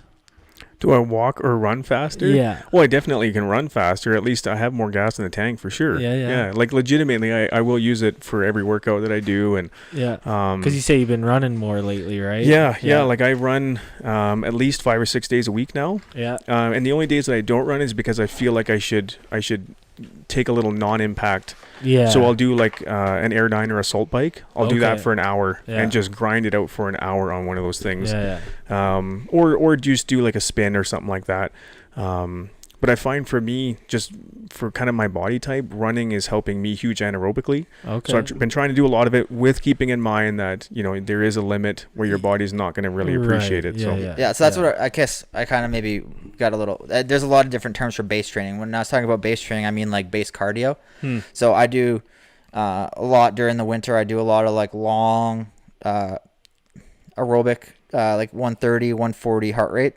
I'll do like 2-3 hours. I'll put in like 12, 13 hours a week.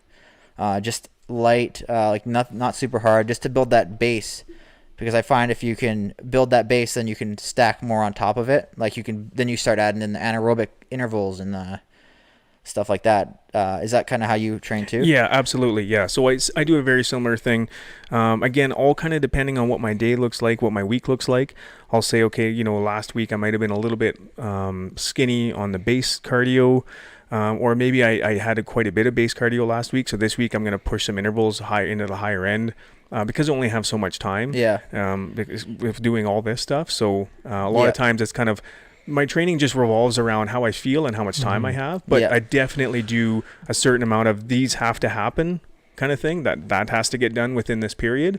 And then however much extra time I have on that, I'll work on other things. Yeah. I think it's kind of refreshing to hear somebody say that, like, they just fit their workouts in when they can and will and when they have time, because you hear a lot of people, like all these fitness people, talk about, you got to be scheduled and regimented and do it. I don't think that's true. Right? Maybe for certain personality types, you have to have the schedule, but we all have real lives. Every day is absolutely. going to be different, and you're not going to have that 5 p.m. to 6 p.m. window to work out every day. Or you're not going to have whatever it is. So I think it's nice to hear, and it's nice to hear someone who's in the fitness industry say I fit it in when I can. Yeah, totally, right? But I make it happen too, right? But a lot of people will say that. They'll say, I'll fit it in, but then they never fit it in. They prioritize exactly. It, right? Yeah, absolutely. They just use it as a crutch, right? Mm-hmm. Yeah. Where there may be some days where for whatever reason I got a lot of stress, or I didn't sleep well or whatever, and it feels like for whatever reason that one workout is a lot harder than it should be.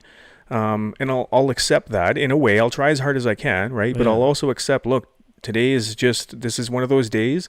But tomorrow I need to wick it up, right? Tomorrow I'm not going to use this day as an excuse. Tomorrow I need to rebound, and I'll do exactly that. I'll use it to push me the next day. Yeah. But also recognizing that, life happens, right? Progress, not perfection. Yeah, there we go. So I guess that's kind of, I'm just trying to kind of wrap my head around this, because I've always had this structured thing where I'm building from the off season, I'm building towards race season. I guess I'm just trying, now that I'm not racing as seriously anymore, I'm just trying to figure out how I should structure my workouts, not necessarily building towards one peak, but trying to build for sustainability. Yeah, absolutely. So that's the key right in there is sustainability, right? So I think everything you're doing right now is good. Just recognizing that exactly you're not working towards that peak. So if there are days where you feel like you're really having to force the issue, you can recognize that, okay, well, I don't have this end date that I have to have this by. Mm-hmm.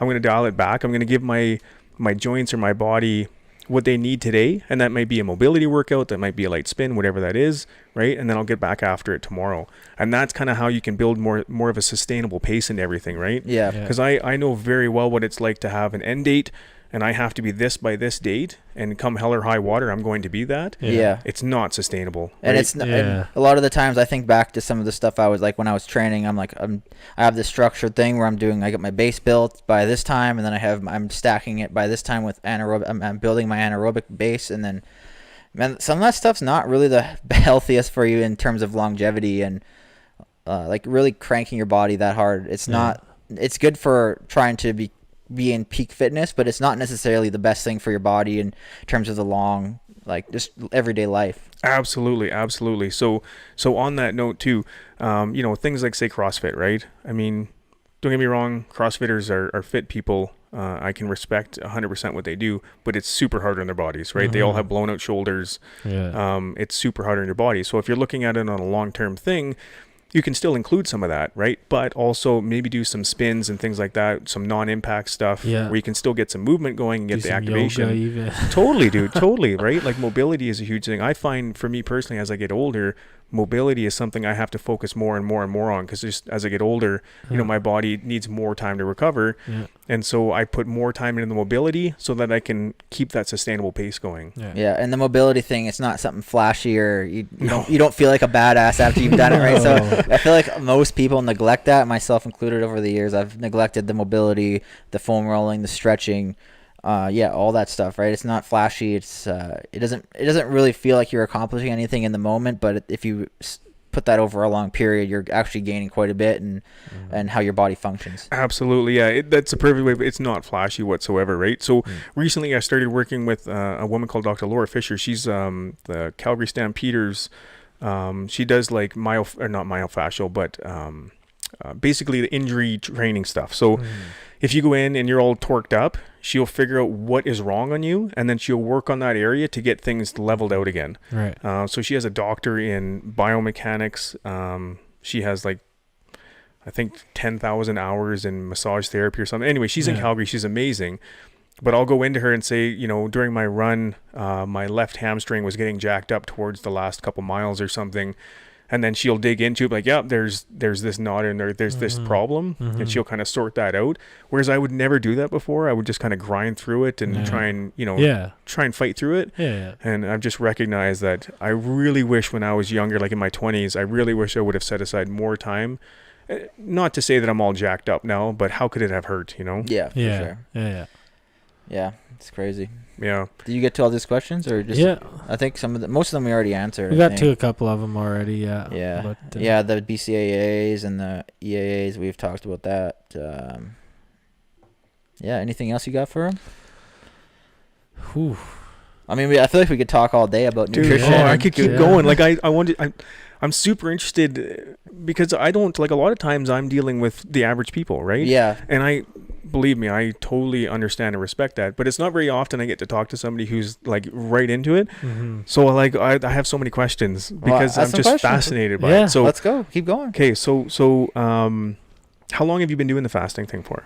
I think I first discovered keto thing, doing like the keto and the intermittent fasting, probably 2017. So it's been, I don't know how many years, 5 years now. Okay. And what are some of the biggest benefits that you've noticed? If you can kind of remember in context, like versus before and after. I could even tell, like, if I went to Hawaii a couple weeks ago, and I even getting off the, you kind of splurge and eat whatever on vacation, but definitely, even dealing with concussions, right? I find, when you eat inflammatory foods and you're having these things that set you off, being someone that has dealt with concussions and, that leads to mental health struggles and everything like that. That stuff comes back quick when you're not taking care of yourself. So I find, being on top of that stuff, it's a big difference in your mood, your mental clarity, your energy levels, even your joints and how your body feels. Is like, a lot of people wouldn't believe that when you say, okay, you stop eating bread and pastas and stuff, and then your joints are going to feel better. But a lot of things that you wouldn't really expect, I guess, from the outside, but once you get into it, it all makes sense. Is it fair to say, and I've said this similar thing, but I'm curious to know if you agree, is it fair to say that people don't understand how shitty they feel until they start to feel good? 100%. Yeah, I think we've all gotten to this place at some point where, we're getting busy, we're not taking care of ourselves, and then it like slips a little bit more and more and more, and it's just like a slow decline into the place where you don't even really remember how it felt to feel really good. And I think a lot of people probably don't know what it feels like to feel really good, and feel like they have clean energy and mental clarity and stuff like that. Absolutely, yeah. I couldn't agree more. Yeah. So with your ketosis, do you know where on the spectrum Like, do you kind of stay in a lower level of ketosis, or do you kind of push to the upper end, or you kind of all over? It depends. I think I'll do like every once in a while if I find that, I'm getting like a little more hungry between meals. I'll do a 10-day ketosis. I'll do 10 days, and I'll cut out all carbs. Mainly focus on high fat, really high fat meats like ribeyes and stuff like that. Make sure you're getting your fats. I do MCT oil in my coffee and with butter or heavy cream in the morning, and so I think it kind of ranges depending on how I'm feeling. When I'm in this full keto, I've measured my ketone levels before, but I've heard that that's not totally accurate, because just because it's in your blood doesn't mean you might have a lower amount of ketones in your blood, doesn't mean your body's not using those ketones. So it's not like it's necessarily showing up on that blood test. But yeah, I've kind of all over the place. It also depends on my activity level. Like if I'm working out hard, or if say I'm doing like a lower intensity base cycle or something, I'll have a little bit of sugar. But if I'm going to hit it hard with some high intensity anaerobic stuff, then I'll go much higher on my carb intake. So right. I guess it kind of varies all over. I don't think I'm like regularly, I'm not super high ketones or anything like that. So you really do concentrate on the like the flexibility of it. Yeah, 100%. Yeah. I think you have to. And I think, like I'm not saying sugar or carbs are bad, but I think there's a time and place for it. 100%. And a lot of people just have it. They're waking up in the morning, they're blasting their bloodstream with high blood glucose, and then all of a sudden you have an over insulin response, which crashes your blood glucose, and then all of a sudden you're craving glucose again. Mm-hmm. So if you can kind of typically I'll have a lower carb morning for sure, and then I'll have a pretty low carb lunch, and then in the evening before or after my workout that's when I'll have the carbs. Right. And so what's interesting too is, so as you have that crash, your body starts to crave the glucose again, because you have that over insulin response, because you have your blood sugar is getting spiked so fast that all of a sudden you're dumping insulin into your bloodstream, and then all of a sudden you have a super low blood sugar because you have that response from over insulin, right? Yeah, Too absolutely. much insulin. Yeah. So then you crave the glucose again, right? And then when you put some in, your body's like, dopamine, that feels good, right? So it gives you that reward. So next thing you know, well, that's good. I want more of that, right? And around we go, which leads to where people are kind of at. Yeah, 100%. Yeah, it's I don't know. I have it all figured out in my head, but I wish I could. Like explain it simpler and spread it to more people. But yeah. I mean, it's a super interesting thing. Even the way ketosis works in the body. Like when you talk about inside the mitochondria, it's really, really interesting how, like, a lot of people will use a keto diet to lose weight, right? And I think that a lot of the time people lose weight on keto because you're cutting out all that. You're aware of all the shit you're eating, and you're not typically eating as much packaged foods and processed foods. Yeah, absolutely. That's a huge part of it as well. What's interesting though is that when you're in a state of ketosis, so within the mitochondria, there's basically an energy tube in there, and in that tube, if you picture it of like say like a plane, there's exit doors on it, right? And so what happens is when you're in a state of ketosis, there's within the mitochondria, in that energy tube, your body takes the protons and electrons, they smash together, they'll give you some energy, right? So what happens is when your body's in a state of ketosis, the ketones will actually signal the mitochondria to dial it back. Now you might be thinking, well, hold on. Okay, so how does that work? So if I get into ketosis, the ketones are telling the mitochondria, which makes the energy, to slow down, right? So how am I losing more weight? Well, what actually happens is it tells the mitochondria to slow down because your body thinks, okay, I need to conserve energy, right? Because I might need to go chase some food so I can eat again, right? But what happens is it starts to produce more mitochondria within that cell. So now it only has to give so much energy to each mitochondria. They take less energy. There's just more of them, right? And so what happens is that as that energy gets into that tube, right, the calories that we put in, they start getting kicked out these doors. And so what happens is that's your body literally, you become less efficient at using energy, which is super counterintuitive, right? Because you think, well, I feel great using ketones. But that's true. but because there's way more of them inside, there's way more mitochondria inside the cell. Okay. Yeah. And so what happens is, and you might have noticed this, that when you get into a state of ketosis, a lot of times you're warmer. Do you find that? 100%. Right. And that's exactly what's happening, is that in that energy tube, your body's kicking out the extra energy because it's telling the mitochondria, you need to slow down because we may need this energy for later. So it starts ejecting all this extra energy, and that comes out as heat. Yeah, makes sense. Yeah, it's interesting. Hey? Yeah, So, it's crazy. Man, you know quite a bit about this stuff. I feel like I know quite a bit, but you definitely know more than me about I'm that. a nerd. Yeah, Yeah. that's cool. I like it. I'm super obsessed with optimizing your body function and how you can, be the best functional person you can be. Totally. And what I love too is like I say, talking to people who are interested in it, because a lot of times, like literally daily, people will ask me questions, and I'm like, I would love to talk about it, right? And then as soon as I start to go off a little bit into the weeds, they're like, nah, right? And I lose them. And they're like, I have to, I literally had a person, they're like, all I want to eat is like super fatty sausage and drink wine. Can I do that? Well, we can find a way to adapt some stuff to your lifestyle, but at some point there's going to be some things that need to change, right? And they were gone. As soon as you start to stray at all from their normal life, they become less interested in it. Yeah, if they don't want to hear it, they'll push it out right 100%. Yeah. And so when it comes to, for me, as far as like the supplements and stuff go, I want to know the how and why, right? Yeah. Like I don't want to just believe that, like say caffeine. How does caffeine work? Right? Yeah. Well, I want to know, how does that work? Right? Maybe I'm a little nerdy about it, but with like the supplements, a lot of people, they don't really want to know the hows and the whys. They want to know that this is what I'm supposed to have, right? Here's the end result I'm supposed to get from 100%. it. Yeah. And so a lot of the products out there, they're man, it's they're bro sold science. to you as an end result. Yes, they're exactly, not as a process. Right? Absolutely, yeah. So exactly that, like caffeine. Well, how does that work? How does that make me feel more alert? Right? We've always been told that. Yeah.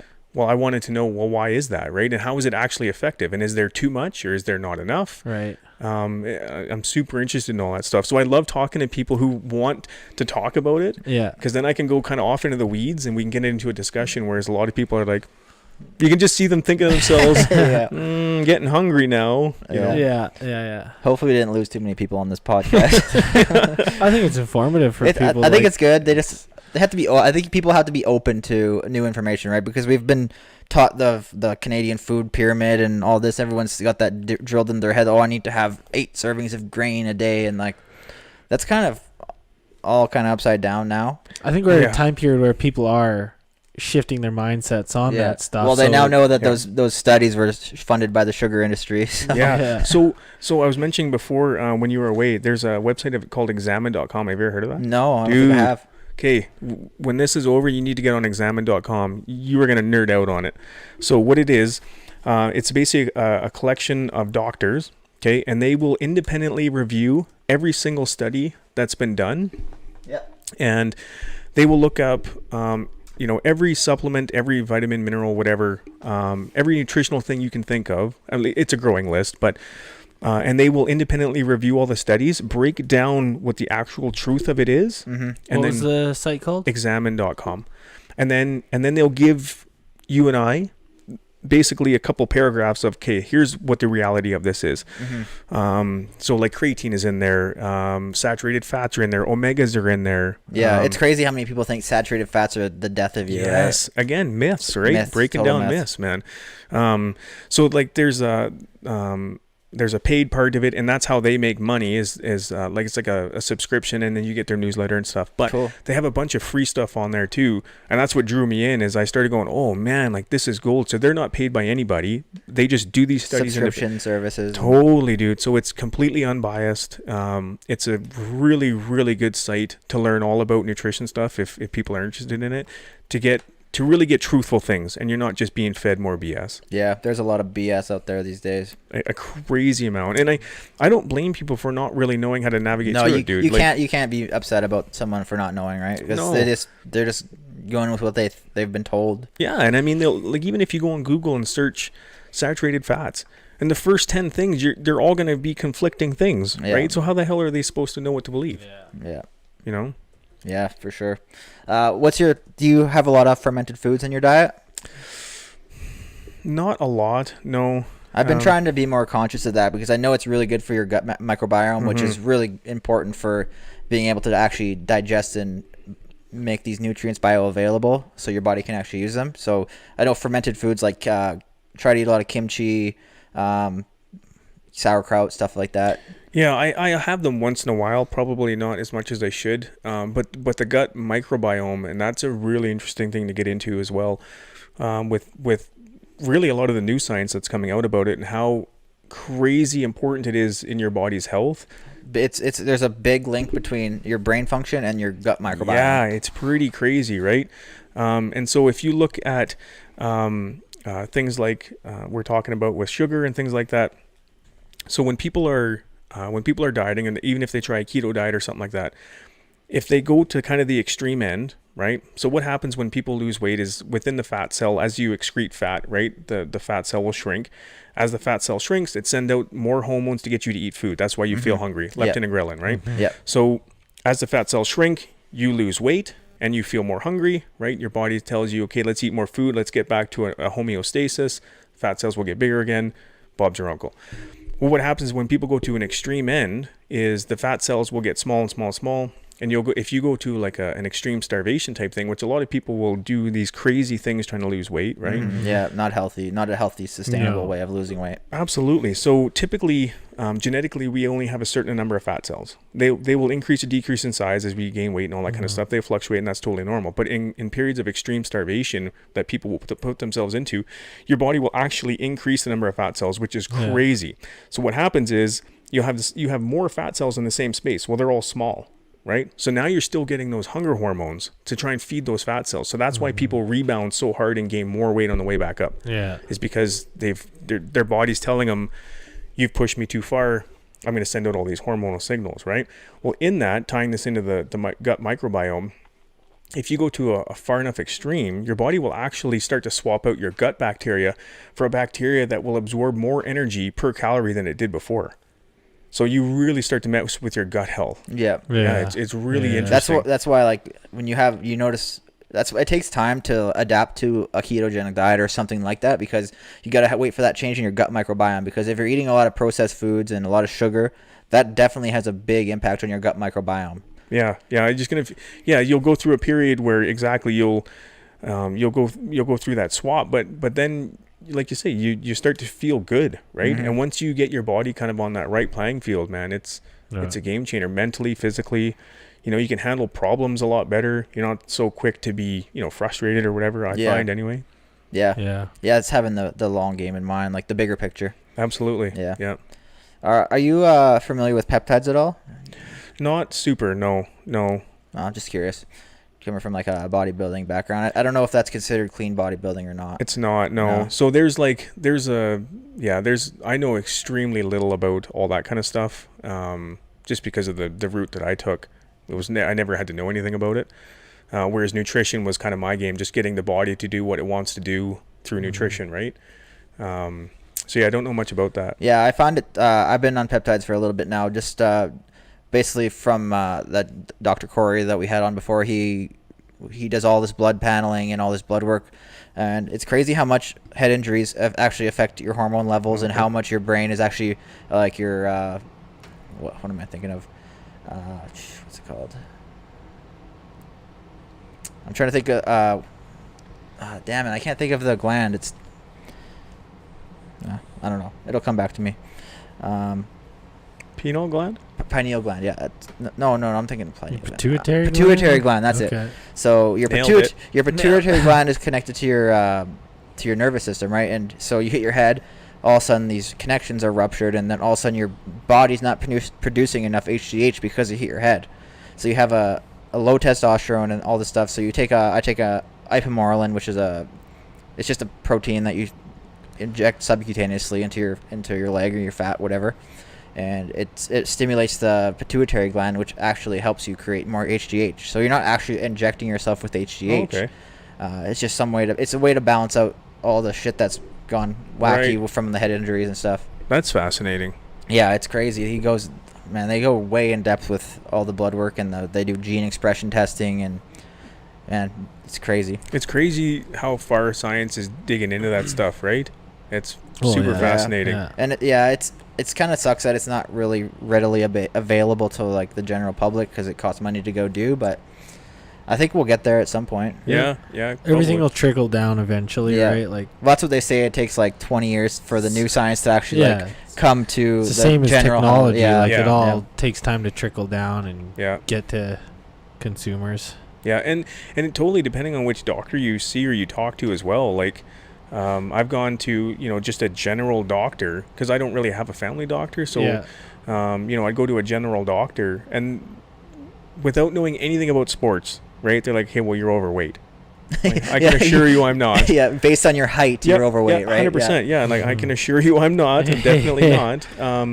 They know so little about sports that when they do blood work or they do anything like that, they don't really know what to make of anything, right? And most of the time when you get like a general doctor look at your blood work, they're just looking at very surface level things. You can dive a lot deeper into the blood work and get a lot more testing, but that costs money, right? But then we're all funded by Health Canada, so they don't want to spend all the money for something that might not even be a problem. Yeah, exactly. Yeah. So knowing which doctor you're going to, and it's nothing against the general doctors, like they have to know a crazy amount of general things. They're just doing the best with what they have, right? Absolutely. But that being said, sports doctors are definitely a league of their own. They know a little more what they're talking about. Yeah, crazy. Yeah. You got anything else? You got any more questions? Oh, let's see. So what are your goals for this year? I'm curious. Well, I'm not like balls deep into moto anymore. So, I am. I'm still balls deep into moto, but I'm not pursuing it like as the end all be all anymore.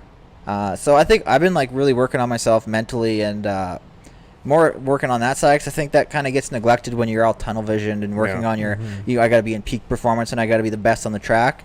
But when you kind of take a step back to where I am now, I'm like, okay, well, if I would have worked on the mental, like not even necessarily like mental in terms of being the best racer, just overall being the best overall person you can be, and working on all the things, all your triggers and all that stuff. I've been working on that a lot, and I don't know, we're having a kid in what is it now, 4 months or something, so I don't know, I just want to kind of work on myself and be the best, kind of get to my best version. Yeah, absolutely. Yeah. And you start to realize, at least for me, I know the last 10 years or so, I've really realized what matters and what doesn't. One of the tattoos I have is on me, it says tomorrow is promised to no man.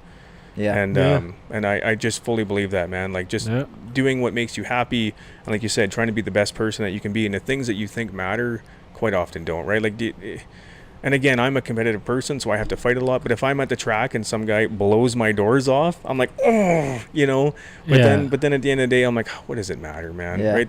There's always someone bigger, fitter, faster, whatever. Yeah, and that's a problem a lot of racers get into, like myself included. You get like, man, if the result on Saturday is not what you want, man, it's the end of the world, right? So, but if you kind of take a step back and realize there's a lot more to life, and there's a lot more to even racing and the whole thing.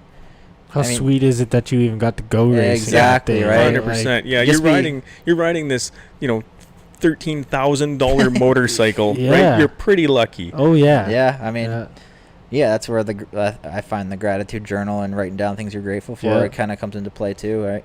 So that's probably a huge thing for a lot of the younger racers that are listening, right? I think so. Is keeping that kind of stuff in mind, because I mean, we're human, we make mistakes, and it's easy to fall into that trap for sure. But someone like yourself that has your experience, they can probably draw from that. Yeah, and I mean, we're not Eli Tomac. None of us are going to be Eli Tomac, right? So. Well, we've said it on the show before. We even said it today. The junior race at Rocky Mountain House meant nothing. Nothing in the realm of things. In fact, maybe you had a bad race, you learned more from it. Yeah, absolutely. Right? Yeah. Well, you definitely learn more about life, which is what matters. Yeah. Right. But those experiences of racing and stuff, that does add to your life experience, right? Like I don't regret anything. I love all the shit even all the terrible times that were. You broke your foot and you're trying to line up the next weekend, right? It's like those all build character, and I don't know. I kind of, in this society, I feel like people don't push themselves enough or try to overcome things enough. That it's just I don't know. I feel like maybe I'm just being No, an no, old man, but I feel like it's kind of like a bubble wrap society a little bit. No, you're 100% right. Yeah. There's something. So my dad was in the military. I grew up as a military brat. Okay. My dad was in the military for a long, long time. He was special forces. So in terms of like the mental side of things, he knows how to push himself. Mm-hmm. And so I grew up around that mentality of you'll never quit. You'll die before you get off the treadmill, sort of thing. Yeah. And one thing that he taught me at a very young age, and it's always stuck with me, he said, the days that you don't feel like you're making progress, whether that be you're getting faster, you're getting fitter, stronger, whatever that is, you're building character, and that's more important than that one skill you thought you were going to get. Yeah. Yeah. And I think that's so true. That's true. true. So true. Yeah, I think that's huge in our sport, and we're having a little boy, so I'm kind of like, ooh, do I want to get him to racing? Like, man, I went through a lot of shit, but man, the character you build, and I don't know, I just feel like I'll be a nervous wreck because I just know the shit that I went through, and I don't know, it's hard to find the balance, but you know, if you teach your kid how to be safe and how to ride properly, I guess it's a whole different ball game at that point. Yeah, for sure. Yeah. And I think obviously with your experience, right, you'd be the perfect person for that, and putting him in a good helmet, not some Canadian Tire. Yeah. Well, and recognizing if he does get hurt, don't push it. Don't. Yeah, being aware of it. Yeah. I have about as much knowledge as you can get, I guess, in that subject. So you know, you very, very aware of that situation. Maybe the kid doesn't even want to ride dirt bikes. That's true. You're so we get so worked up about it today, thinking about it, but he may not want to ride bikes at all. Yeah, totally. Right? Yeah, it might not even be his thing. Yeah. Right? It's just our thing. Yeah. Yeah, Well, that's a maybe good point. he's He might, I don't know, do something else. I find it hard to believe they won't though. With Yeah. like both of his parents are balls deep into moto, so I don't know. Yeah. Oh man, I still, even though I'm not, like, I still want to. I think I'm gonna do a couple nationals this year, as long as this thing, my ankle cooperates. But it's not like end all be all. But I'm still like balls deep. I watch every race. I listen to every post race interview, all the post race podcasts, and man, I love it. I love the sport so much. Yeah, me too. I'm the same way. I hope if you do race, I'll be there to cheer you on for sure. I think I'll probably race. I'll probably race Kamloops and drum. Oh, that's wicked. Yeah. Awesome. Probably, Yeah. But I'll definitely be going for sure. Yeah. Sweet. Yeah. That'll be awesome. You'll be passing me rocket fuel on the start line. Exactly. Yeah. I'll be there with a fan too. Yeah. Yeah. No, it's wicked. I mean, I love watching you ride, dude. It's incredible. Like, you're just at a whole nother level compared to most of the people. And it's bananas. It is bananas. Like, I feel like I see someone, you know, they really launched it off something. Like, there's that single before the finish line. Oh yeah, I send that thing. Dude, like, what the? I feel like I jumped like 4 feet. I'm like, oof, that's a tough landing. Well, you know what the funny thing is? I send that thing before the finish. Like, I've always been one to send singles. Like, even like I don't know, I can't remember what year it was, but we had that single into Shaw Valley, and then the other year we had it coming out of Shaw Valley. I'd always launch those things, and then when I broke my ankle, I was out at Raymond, and I just hit that. There's the doubles. You've been to Raymond, right? Yep. So before the triple step up, the double before that, I just overshot it a little. It wasn't. I didn't think it was even that bad. I overshot it a bit, but I happened to be looking at my watch to check the time, and then I put my hand back on. I'm like, oh shit, I'm going a little deep, and then I didn't think it was gonna be anything bad, and then all of a sudden, boom, broke my ankle. Didn't even crash. Just like that. And then me being an idiot, I was like all in denial. I'm like, oh, I got back to the truck. I'm like, I'm fine. Tape it up. No, I didn't even. I took my boot off for a second. I'm like, I jammed it back in the boot, and I did another 25-minute moto. What? Lord. Yeah, it took me like a couple laps to get going, but once the adrenaline kicks in, you can go. Oh, yeah. And then the other day, I'm at my physio, and they're like, you can't be. Are you not driving? Are you? I'm like, what? I drove myself home after. I loaded my bike and drove home after that. So. Yeah, I don't know. A lot of people don't understand the mentality of us idiot dirt bike riders, I guess. Yeah, totally. And it's such a huge part of the sport is getting hurt and then picking yourself up and continuing to go, right? Yeah. Well, I feel I know I've hurt myself, and then I know that if you get back going quick enough and you get the adrenaline going, it's fine. So I didn't think it was broken or anything. I'm like, I must have just sprained it a little bit. And I'm like, I just got to get back out there. So, and then, I'm like, it's fine. And then I got home and I couldn't put any weight on. I'm like, something's wrong. Jeez. Wow. So, and Dom got a new bike? Yeah, new Honda. We're Honda family That now. is Honda nice. family. Oh, boy. I convinced her to, so I have a backup bike at the Nationals. That's wicked. Not a bad plan. No, those new Hondas are sick. What are you riding, a gas now? What are you riding? No, I have a Honda as well. Oh, yeah. Also, I have a Honda 450 and then a KTM 300 XC Okay, for that's what the it trail is. stuff. Okay. Yeah. So you got the 2021 Honda Yeah. 450. How like that? How do you like that thing? It's good. I find it's actually like, if I'm being honest, I found the at least for my skill level, the power was a little too much. Like I just found it was on the bottom. It was so aggressive. Yeah, it is. Like coming out of corners, it just seemed like I couldn't kind of roll it on and be gentle. It just seemed like it just wanted. The bike was. I was constantly trying to balance the bike out because I'd load it and unload it, Yeah. trying to, you know. That's where those Austrian bikes are actually really good because they're really smooth out of the turns. Yeah. Even the 450 like KTM or Husky, or gas, they're really mellow at the bottom, but they build nice power in the at least in the 450. Yeah, and that's what I had before was the KTM, so I was used to the really smooth in the corners, and then this one it just was like this for the first little while in corners. I just couldn't get the hang of it, but definitely, it's you just adapt to it though. Yeah. You learn how to ride it differently. Yeah, for sure, but it's good. I love that new Honda 250. The thing is wicked. It's a nice bike. What do you think of it, Chris? I love it. Yeah, I got that bike test video I've been working on, but then I had my memory card plugged in and I was editing off the memory card, and then I unplugged the memory card and I lost the thing. I thought it was on the computer, but man, I'll get to it. Did it like corrupt the data on it? Well, it wasn't actually saved to the computer. It's just like running through the card on like that card there. And Gotcha. And I was editing it, and then I pulled the card out to put a different card in because I had different footage on a different. Yeah. Oh, boy. But we'll get there. Yeah. Yeah. Wicked. I'm looking forward to it. We'll put out the bike test in 2023. No. 2023. That's my goal. I wrote it in my journal. It's my goal for this week. Oh yeah. So sweet. Yeah. All right. Anything else? You got any other comments, questions? I really appreciate you guys having me on. Man, this is like you could come. I feel like it was a great one. I had a great time. It was informative, even like for an entry level guy into it, and I'm sure it was informative for people who want to like dig a little deeper. I was kind of touched on everything, so I like that. Yeah, I mean, by all means, if you want to do another one someday, we get deeper into the weeds on a particular part of nutrition as it relates to riders, or whatever. I will talk your ear off. Yeah, let's do it. We'll get to wait till Keelan's back, and we'll do another one day. Yeah, for sure. If you got, what's your Instagram? At iRide Supplements? Yeah, at iRide_supplements. Yeah. And then you got at Fit for Moto? Yeah, and so my personal moto side one is just at Fit for Moto, FIT, and the number 4 Moto. Yeah. Yeah. Some good content there. You got, everybody go check that out. Any questions for Mitch? You can hit him up on that, or hit me up too. I don't mind answering questions. So yeah. Yeah, absolutely. Thanks again for having me on. Thanks for coming, Mitch. Great time. We'll be excited to battle it out on some Strava challenges pretty quick here. And I'll be at the tail end, but that's fine. Yeah, same here. Start somewhere, right? Yeah, exactly. Bent Methods Strava Club. Go get yourself some swag, toques. Bent 15 to save on iRide supplements. Yeah, let's do it. Yeah, get you some product. Yep. All right.